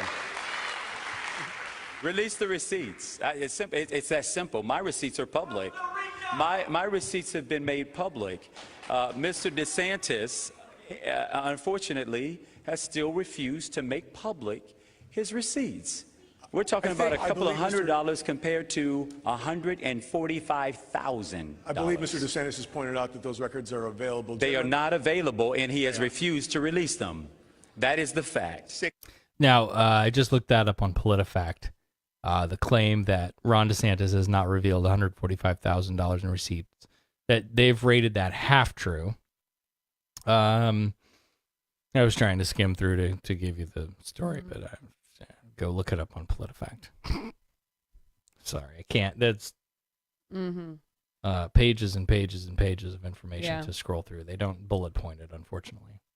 6 years worth of congressional travel. Every single member of Congress in Florida does the same thing, 100% legal. I would like he to didn't move do on. it. He violated the law. It's a big, big difference. I know would what's love to right, move and I on if follow the could. law. And Mr. DeSantis, I'm going to direct this next question to you. On live TV in August, on the first day of the general election campaign, you said of Andrew Gillum's run for governor, quote, "The last thing we need to do is to monkey this up by embracing a socialist agenda." Fox News quickly disavowed your words, saying, quote, "They do not condone the language." Now, you called some of this response absurd. You've made appearances at 4 of David Horowitz's Freedom Center events. Again, 4 separate times, 4 speeches. Among some of Mr. Horowitz's statements, quoting here, "This country's only serious race war is against whites." You know, I'll ask the questions. Okay. It's not a McCarthy game, and I'm giving it. Wait for the question, sir. Okay. He also said, if blacks are oppressed in America, why isn't there a black exodus? Now, in 2015, in your speech before the Freedom Center, you said of Mr. Horowitz, "David has done such a great work, and I've been an admirer. I've been to these conferences in the past, and I've been a big admirer of an organization that shoots straight, tells the American people the truth, and is standing up for the right thing." Those are his words. Here's my question. He had not even made those statements then. Yes, he had, sir. The first statement was made many years ago. I mean, how the hell am I 2003. supposed to know every single statement somebody makes? Here's the deal.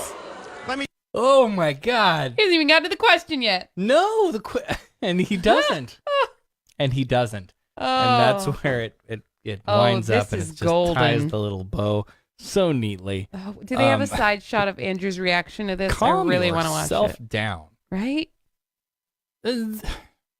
Little temper tantrum. Again, like some decorum in the room. What are you gonna cry and talk about how much you like beer next? Right? Yeah, that's where we're headed. Let me just say this straight up. I've lived my life, whether it's athletics, whether it's military, whether it's serving as a prosecutor. When I was downrange in Iraq, we worked together as a team regardless of race. We had the American flag on our arm. We wore the same uniform, and we fought for the country. When I was a prosecutor, I stood up for victims of every race, color, and creed. That's the only way to do it in our country. It's something I believe in, and as governor, I will represent all the people. Everyone will get a fair shake. But I am not going to bow down to the altar of political correctness. I'm going to not let the media smear me like they like to do with so many other people. Sir, I'm certainly not going to take there. anything from Andrew Gillum, who's endorsed the Dream Defenders, which says Israel is an apartheid state, and which says the police and prisons have no place in justice. Mr. Gillum, wait for the applause and go. Man, he was all over the place. What? None of that had anything to do with where the question was heading. Where the right. Wow. Damn. And Mr. DeSantis, I'll point out, I wish you would have waited for the question, because I had a question and it's not what you think it is. Mr. Gillum, I'll give you a chance to respond. But he didn't even. So now you don't get a chance to answer that question. Good so though. I'm glad he did it that way. Dumbass. Yep. My grandmother used to say, "A hit dog will holler."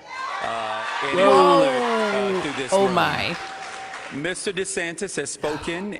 First of all, he's got neo-Nazis helping him out in this state. He has spoken at racist conferences. He's accepted a contribution and would not return it from someone who referred to the former president of the United States as a Muslim, Nigger. When asked to return that money, he said no. He's using that money to now fund negative ads. Now, I'm not calling Mr. DeSantis a racist. I'm simply saying the racists believe he's a racist. Whoa. Yeah. Yes. Oh, look at his face. Mr. DeSantis, if I would ask the audience to please let Mr. DeSantis now respond. The conference I attended was keynoted by a Medal of Honor recipient named Clint Romeshay. It was not. Okay, fine. Medal of Honor recipients can be racist. Yeah. I mean, I don't know what you're trying to claim here Right? with all of this military bullshit, and we had to work No, together, and it he's didn't matter what playing to color the- skin they're. Oh yeah, I he's know. Playing to the party. Yep, absolutely. But look. I know plenty of ex-military, current military, former military that are plenty racist. Yep. That's just and I know plenty that aren't. Sure. Yep. But not a racial conference. That is an absolute lie. And I'm not going to sit here and take this nonsense from a guy like Andrew Gillum, who always plays the victim, who's going out and attacking, aligning himself with groups who attack our men and women in law enforcement, attack our military. He still will not disavow the Dream Defenders. None of these things people are saying that I endorse. He endorsed the Dream Defenders, and they endorsed him, and that is wrong. Mr. Gillum. And then he does this little lick what's of his this tongue, weird and then tongue his thing? little head cock at the end. It's like, I don't know. It's creepy. No, I don't like it at all. Yes. Yeah, happy to speak on that. So first of all, he continues to attempt to manipulate my record to mean that I'm against law and order. First of all, under my leadership as the mayor of the city of Tallahassee, we hired 50 new law enforcement officers. We connected those law enforcement officers hand in glove with the community through community policing. In my city, we're experiencing a 5-year low in our crime rate. He described in the last debate a city run amok, and the PolitiFact had to correct him on that as well. What Mr. DeSantis shows is he simply has no relationship with the truth. He doesn't have it here as a candidate, and he certainly wouldn't have it as the governor, but we won't have to worry about that because we'll retire him on November 6th and keep it moving.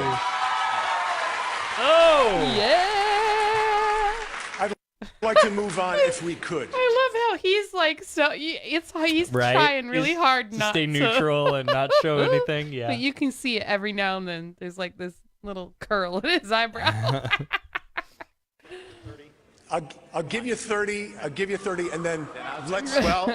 Gentlemen, I don't want to make this the issue for the rest of the debate if Here's we could. the thing about Tallahassee crime. The facts matter. Last year, Tallahassee, under the Gillum administration, had the highest number of murders in the history of the city. The guy running to succeed him as mayor right now was Andrew's former chief of staff. He's sending out flyers saying, last year we had the most murders in history. We need change. We need leadership. Yeah, because Andrew failed on that. Tallahassee is one of the most crime-ridden cities in Florida, bar none. one. Them are the facts. I would suggest the congressman might want to reconsider whether he wants to be governor. The governor's mansion's in Tallahassee. I would hate for you to be heard.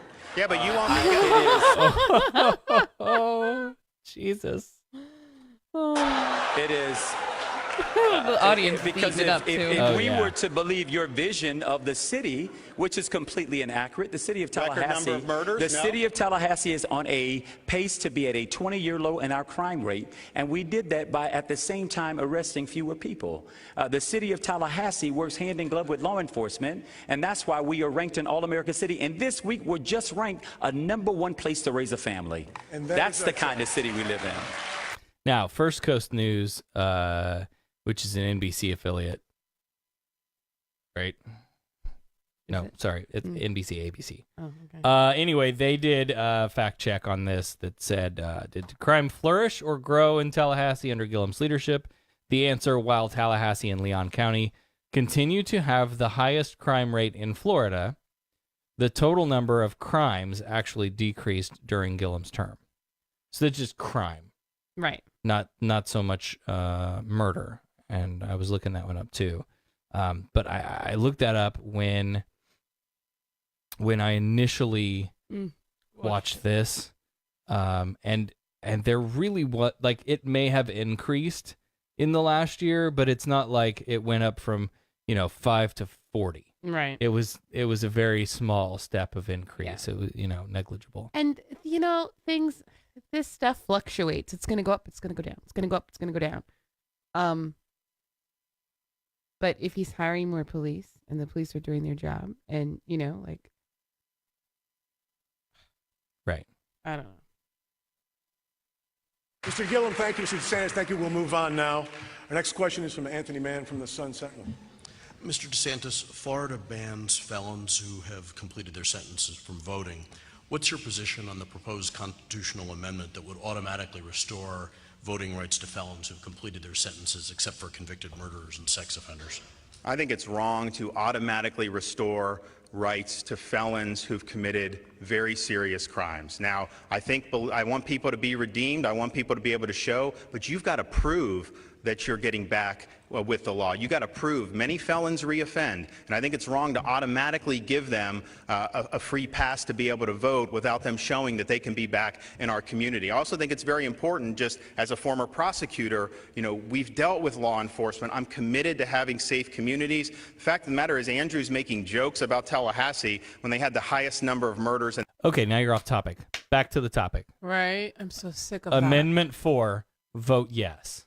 Right. What he said was that I don't believe they should just automatically get their rights back. They should have to prove that they can re-enter society and they're not going to reoffend. Okay, fine. So maybe they do automatically get their rights back after a period of time, call it 5 years, because that's what it is now. Right. After 5 years, then as long as they have not reoffended, then their voting rights are restored automatically. And whereas now they have to go before Rick Scott and the cabinet and like on their bended knee plead and beg for their rights back. And okay, so fine, yeah, they need to get out back into the society and prove. Well, maybe it wouldn't be so hard to prove yourself back in society and not reoffend on some of these crimes if, when you got back out into society, you could find a job, even though you have to check that box that says convicted felon. Right. Because that's a big issue too, especially here in Florida. You get thrown in jail because you got weed in your pocket, and then you lose your job, and you got like yeah, but those aren't felony crimes. No, I know. Right. But I mean, I'm just thinking. Like here's that rehabilitation back out into society. Yep. There's pieces missing there too. Sure. It's here's one of the things that I have a challenge with that, which is all right. So you have served your sentence. You've completed your parole. We're done. You're a free man. Off you go back into society. But by the way, as it stands currently right now, you have to wait 5 years, go beg Rick Scott for your voting rights back. Right. In the meantime, though, you still get taxed. You still have to pay your taxes. Yeah. I'm sorry. No. Is that taxation without representation? Does that qualify for that watermark? Yeah. No. Vote yes on 4. Damn it. Because if you have done all of the things that we've asked for you to do, there's no reason why we should create more hoops for you to jump through. Hold more things from you. Look, we give you your rights back and you reoffend, and we take your rights away again. Like, big deal. Yeah. All right. Hey, Andrew's in the chat. Hey, Andrew. We voted for you. Happily voted for you this weekend. Yeah. Andrew says the former felon disclosures on job apps need to be narrowed to things that would affect your ability to perform the job. Theft of money, for example. Yeah. Yes, absolutely. No, that's brilliant. Yeah. Okay. Moving on. In their history last year. I don't think it's funny for those murder victims and their families. I don't think it's funny that you make light of crime, because I know how devastating that can be to victims' families. I've stood with families who've had their lives turned upside down by some very, very bad people. And I think we need to protect our communities. I don't want to go down the road where crime is spiraling out of control. And so I want people to be able to earn their way back, but you got to earn it. You don't get it for free. And that's the point. You've earned it. Jesus Nothing Christ. is for free You've in this spent your country, you time dumbass. Have you been paying attention? You've served your sentence. You've done the things we asked you to. No, you earned it. Yeah. Oh. And Anthony Mann, you'd like to address a question back to Mr. Gillum? Mr. Gillum, what's your position on the proposed constitutional amendment? Absolutely. If it doesn't pass, would you continue the Scott-era policy, or would you go back to the policy under Governor Cruz? Yeah, so Mr. DeSantis has never had the responsibility or the obligation of leading a community through a crime or helping to fix a crime problem. So he wouldn't recognize that the number one way to reduce crime in a community is to reduce the level of recidivism. One of the things we can do to help with the recidivism rate is for these 1.7 million individuals who don't have their right to vote.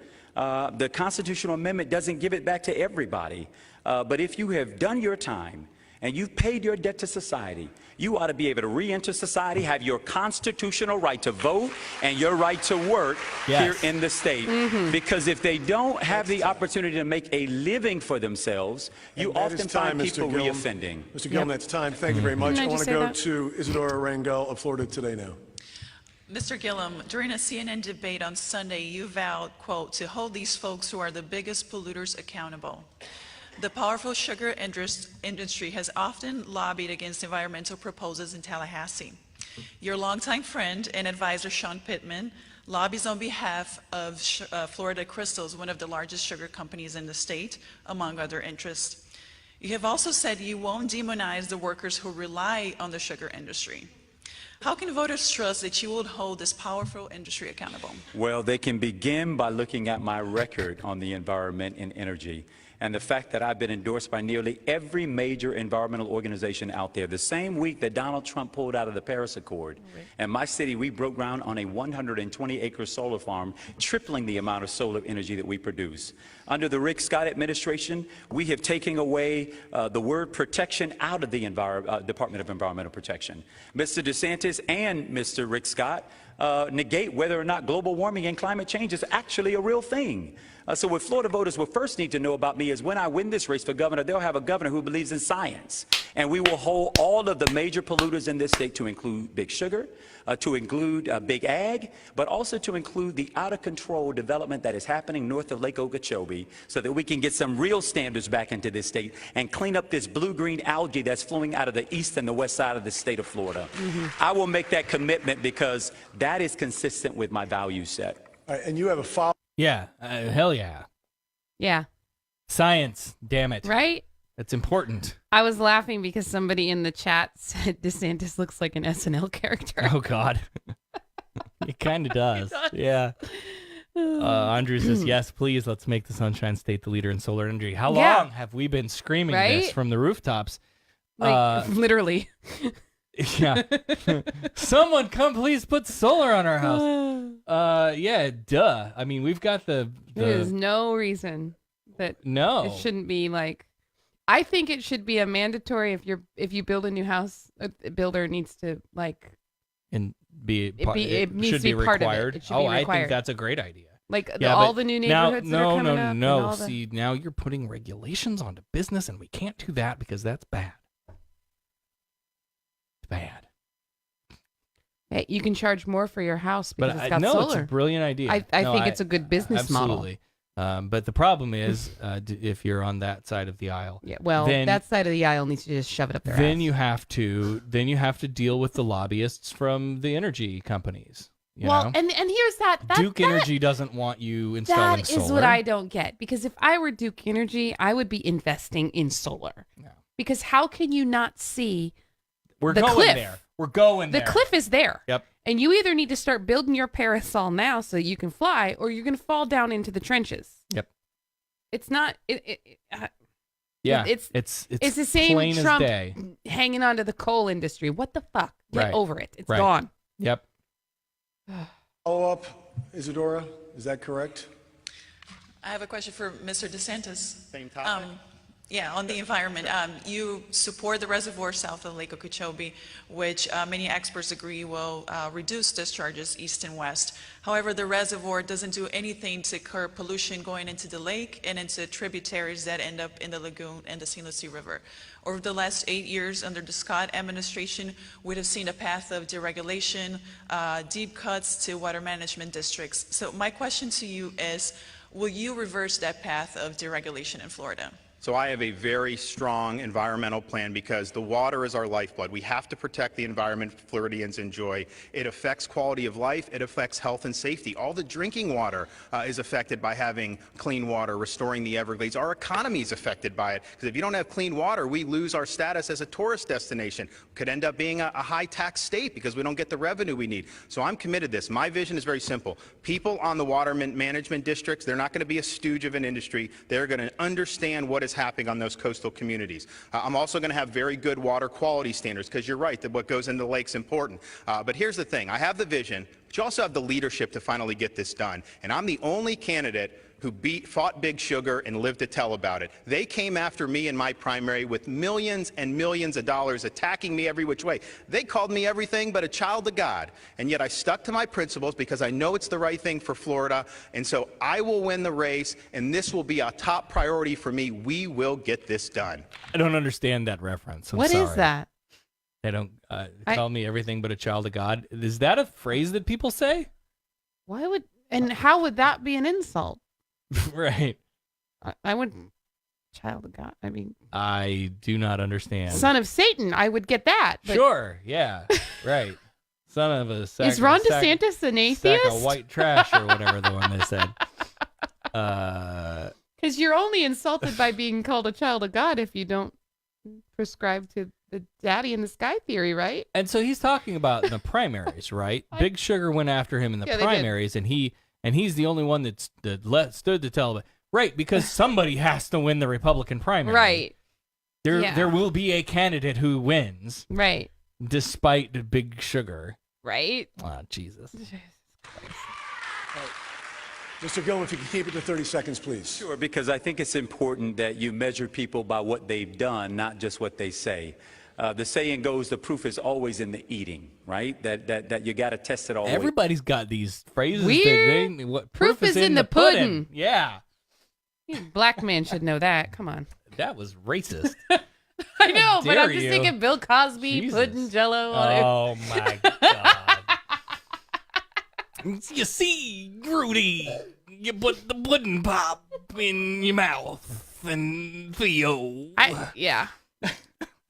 Hey. Yeah, Andrew gets it too. He said pudding. Yeah. Okay. Good.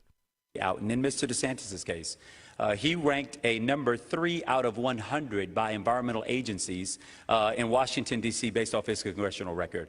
I've got friends who did worse in high school and never got a 3. He's at the bottom when it comes to the ranking. He's taken over a couple of $100,000 from the biggest polluters of this state. Mr. DeSantis is not going to stand up to big sugar or big polluters because he's wholly owned by them. That's time. Mr. Gillum, thank you very much. I have a question for Mr. DeSantis now. The state passed new gun control measures after the massacre of 17 people not far from here at Marjorie Stoneman Douglas High School in Parkland. You're on record that you would have vetoed that bill. Why reject raising the age to 21 to buy any firearm in the state of Florida? Why refuse to require the 3-day waiting period to buy a rifle? And why not ban the sale of bump stocks, which allow a rifle to mimic a machine gun? My wife Casey and I have 2 young kids, and so safety, particularly in schools, is a top priority for me. I want our kids to be safe, and so I'm going to work with people like Andy Pollack, who lost his daughter Meadow at Parkland, and we're going to fix the problem of school security. You can take that to the bank. I think the way to keep our community safe is obviously you got to work with law enforcement, not against law enforcement, and you need to identify those individuals who should not have access to firearms. The blanket ban on the— I missed it. What? It was a very subtle, not against law enforcement, and he like gestured kind of towards Andrew, like when he said, you got to work with law enforcement, not against. You got to go back and see. It was very subtle.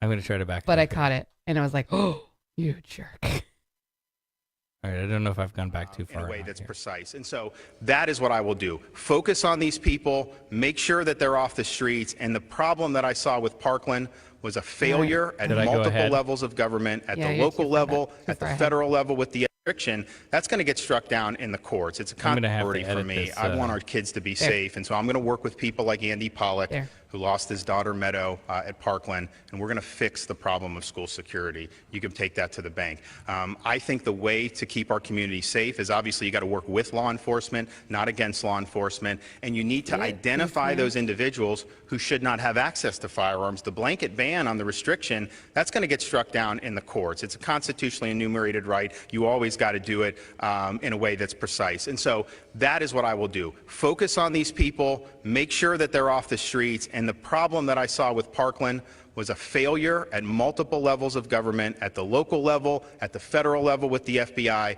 And yet here we stand. Nobody has been held accountable yet. When I'm governor, we are going to bring accountability in, and I'm going to make sure that folks are held accountable when they drop the ball. Mr. DeSantis, thank you. Mr. Gillum. So Dan's got a good point. Part of fixing the issue of school safety is stricter gun regulations. Clearly. Right. Clearly. Yeah. School security right. is completely a separate thing because you know what? You can go into a school and wreak havoc without a gun as well. Sure. But in most cases, couple of middle school girls in Bartow just almost got away with it with a handful of knives. Well, and you got kids, kids can making pipe bombs, and you got like there's all kinds of ways to do damage. And that's their argument. But though, the easiest if you take the guns way away, they'll just do it with something else. But the easiest way right now that we're seeing the trend is to get your hands on a gun. It does the most damage the fastest, and it's easiest to obtain. So take that away. And if they start doing other things, then do that. But if you have a rat infestation under your house, you're not gonna put out roach baits. Right. Right? Deal with the problem at hand. Right. Would you have signed that bill? What I would have done is push for a stronger bill. And Mr. DeSantis should acknowledge he's endorsed by the NRA, another entity of which he is wholly accountable and owned by. When I took on the NRA, they sued me and drugged me through court for 2 years, all because we had a city ordinance which said you could not shoot guns in city parks. When we win this race, it'll be simple. It's not a threat to the Second Amendment. If you want to own the power of God at your waist belt, you ought to have a background check. If you are a domestic violence abuser convicted, you shouldn't have a gun that you can snuff out the lives of your loved ones. When our parents drop our kids off at school, we should have an expectation that we will be able to pick them up alive. That's time, Mr. DeSantis.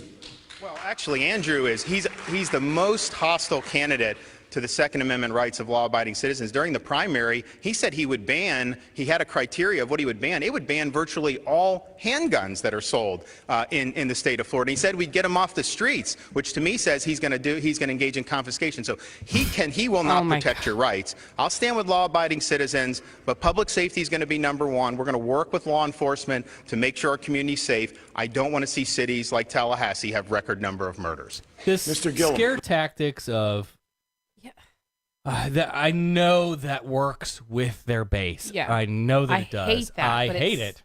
And it doesn't work with me. Yeah, no. And the idea that school safety to you means that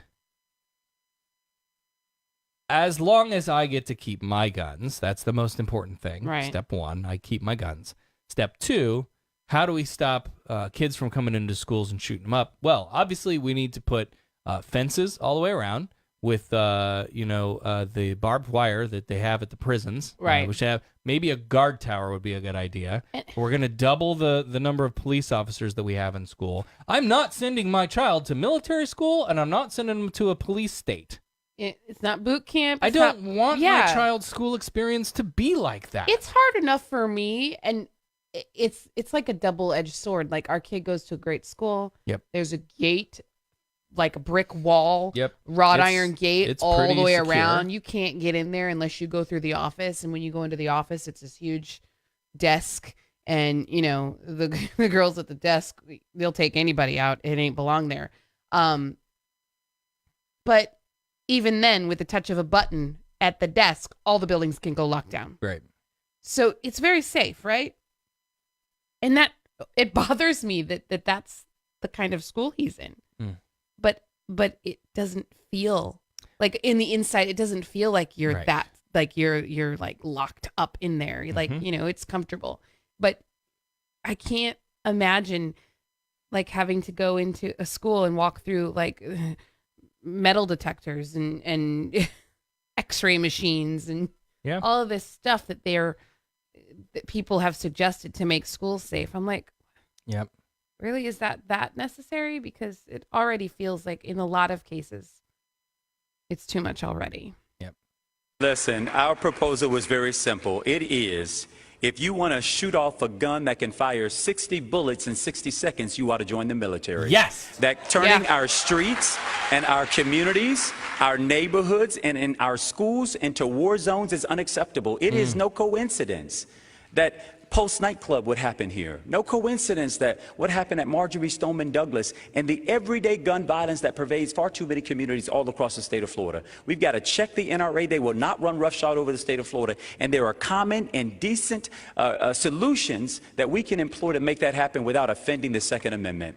And there's there's got to be part of this solution should be. And obviously, you can't get into this level of depth in a debate setting like this. But, hey, let's create a political system where the groups like the NRA aren't allowed to give money to candidates. Mm-hmm. Yeah. Start with the publicly fund elections. Yeah. Put it into the tax system. You get $500,000 to run. Take it out of the tax bucket. I think we ran a poll in the group for a short while, a couple weeks maybe, that asked if your tax bill, and I don't remember the figures, so I'll shoot from the hip, but if your tax bill went up $55 a year, a year to publicly fund elections, is that something that you would support? Would you support an increase in your taxes for that purpose? If it meant that no more PACs, no more lobbies, no more private donations, nobody can donate to campaigns. Yeah. Gillum and DeSantis are running against each other. They've made it to this round, and the government says, here is your check for this is the amount that you can spend. And you get the exact same amount. May the best person win. It's like and that, freaking Monopoly. Make it fair. You get the same. Everybody gets the same amount of money at the beginning of the game. Now win. And how you spend it is up to you. Right. I am all for that. I'm dying. Sorry. Well, it looks like you don't have that much longer. No, we're almost done. But yeah, publicly fund elections. Then you won't have the NRA buying politicians. Yeah. And Period. maybe people would spend less money running smear campaigns and more money. Yeah. Like, I think it should be a rule when you're talking about you want to run for this office. Tell me what you're going to do. Right. Tell me why you. I don't want to So hear much of why it- somebody else isn't Yep. qualified. I want Yep. to hear what your qualifications are. Yep. Tell me, like, if you vote for me, these are the things that I'm going to try to do. the minute you start attacking somebody else, you've lost me. Yeah. But that is so much of what American politics is. It's sad. Disgusting. Yeah. Gentlemen, you're not going to believe this, but we've approached the time for closing statements. Now, by draw, and I'm glad that we have the time. You'll get your time on this. And, Mr. DeSantis, by draw, your closing statements go first. Well, it's great to be here. I want to acknowledge my wife, Casey. We have 2 kids under 2. We're working hard. We love them. I love her, and I couldn't do this without her.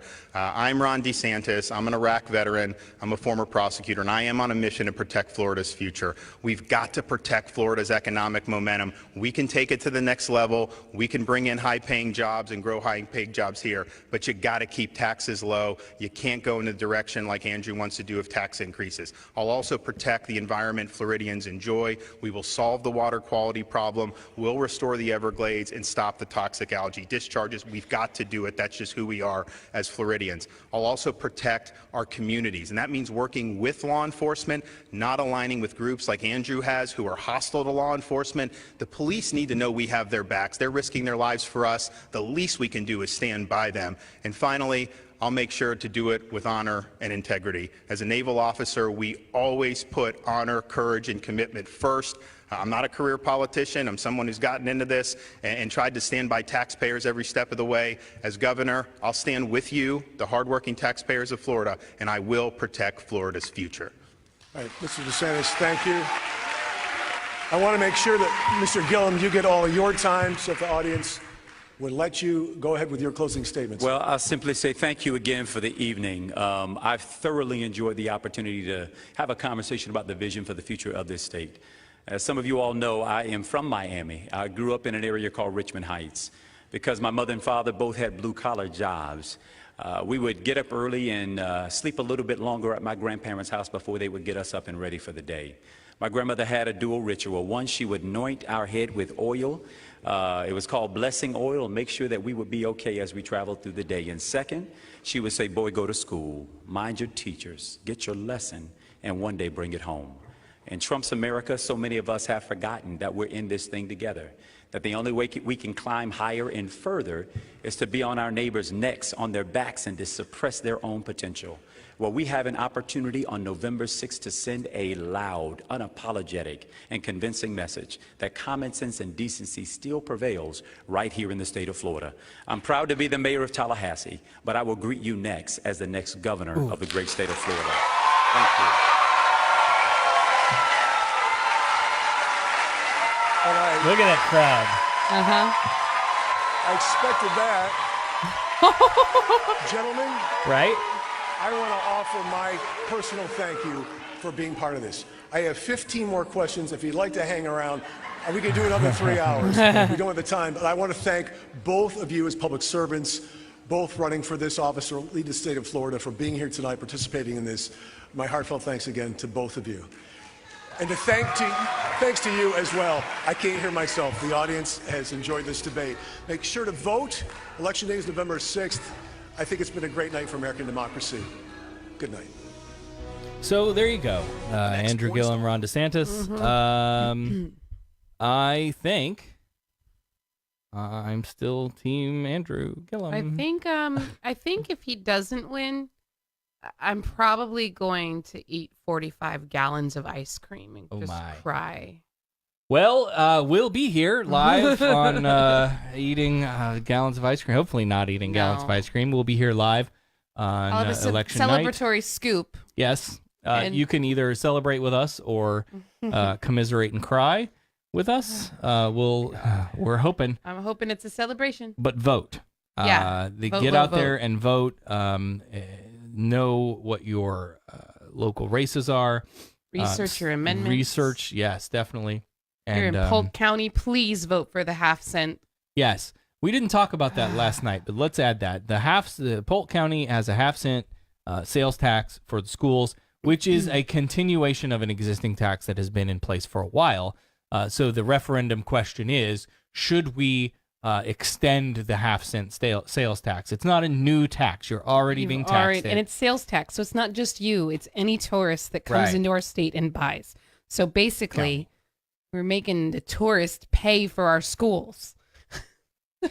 Right. So vote yes for that, please. There are a lot of plans that the Polk County School District has for the money that provision would provide, expanding schools, building new schools, doing all kinds of great things for the. Well, let me share for the district. Like an example. We got they had a speaker at my son's school a few weeks ago, and he was talking about what that money does, trying to give the Polk County residents an idea of what it does. And the school that our son goes to is an art school, and it costs, I think he said, about $38 million to build that school, and all but $1 million of that $38 million came from this half-cent sales tax. If it passes, we're going to get a new high school, which we desperately need. If it doesn't pass, schools are going to lose enrichment programs. Schools are going to be shutting their doors or closing their, downsizing. And our schools are already overcrowded. Yep. We started off this school year short of bus drivers, short teachers. Yeah. I mean, they're all the way around. We were short everybody. It was scary. Ridge Community High School had like 2 days before school started, they get a message they're getting portables because they're like, 49% over capacity. Yep. And then the portables didn't even have furniture. So they're like scrambling right before school starts to get stuff in these portables so that these kids have a classroom and not just an empty box. Andrew, That's funny. there you go. Good timing. Wow. Go ahead. Can you read it? No, go ahead. He said Ridge Community High School needs expansion. Just a little more than $8 million is needed for the 24-room expansion. Yep. So there you go. So for those of you who are in Polk County, vote yes for the half-cent sales tax. If you're outside of Polk County, if there is any referendums on your ballots that have to do with your school districts, your public schools, put your money into public schools. Please, because even if you don't have kids. All of the other problems that we have in our society can be solved through education. Yeah.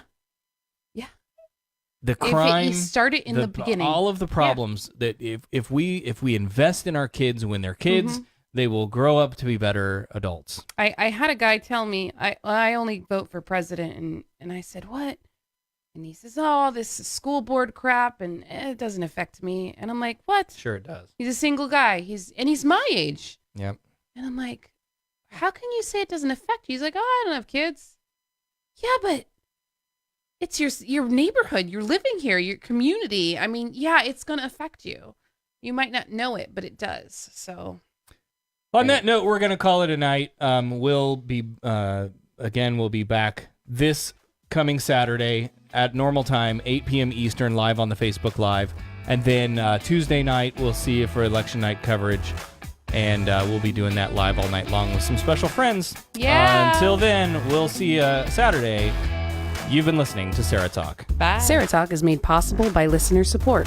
Visit patreon.com/SarahTalk to become a patron and help keep this program going. Contact Sarah and Company by email at producer@sarahtalk.com or call 224-40-SARAH.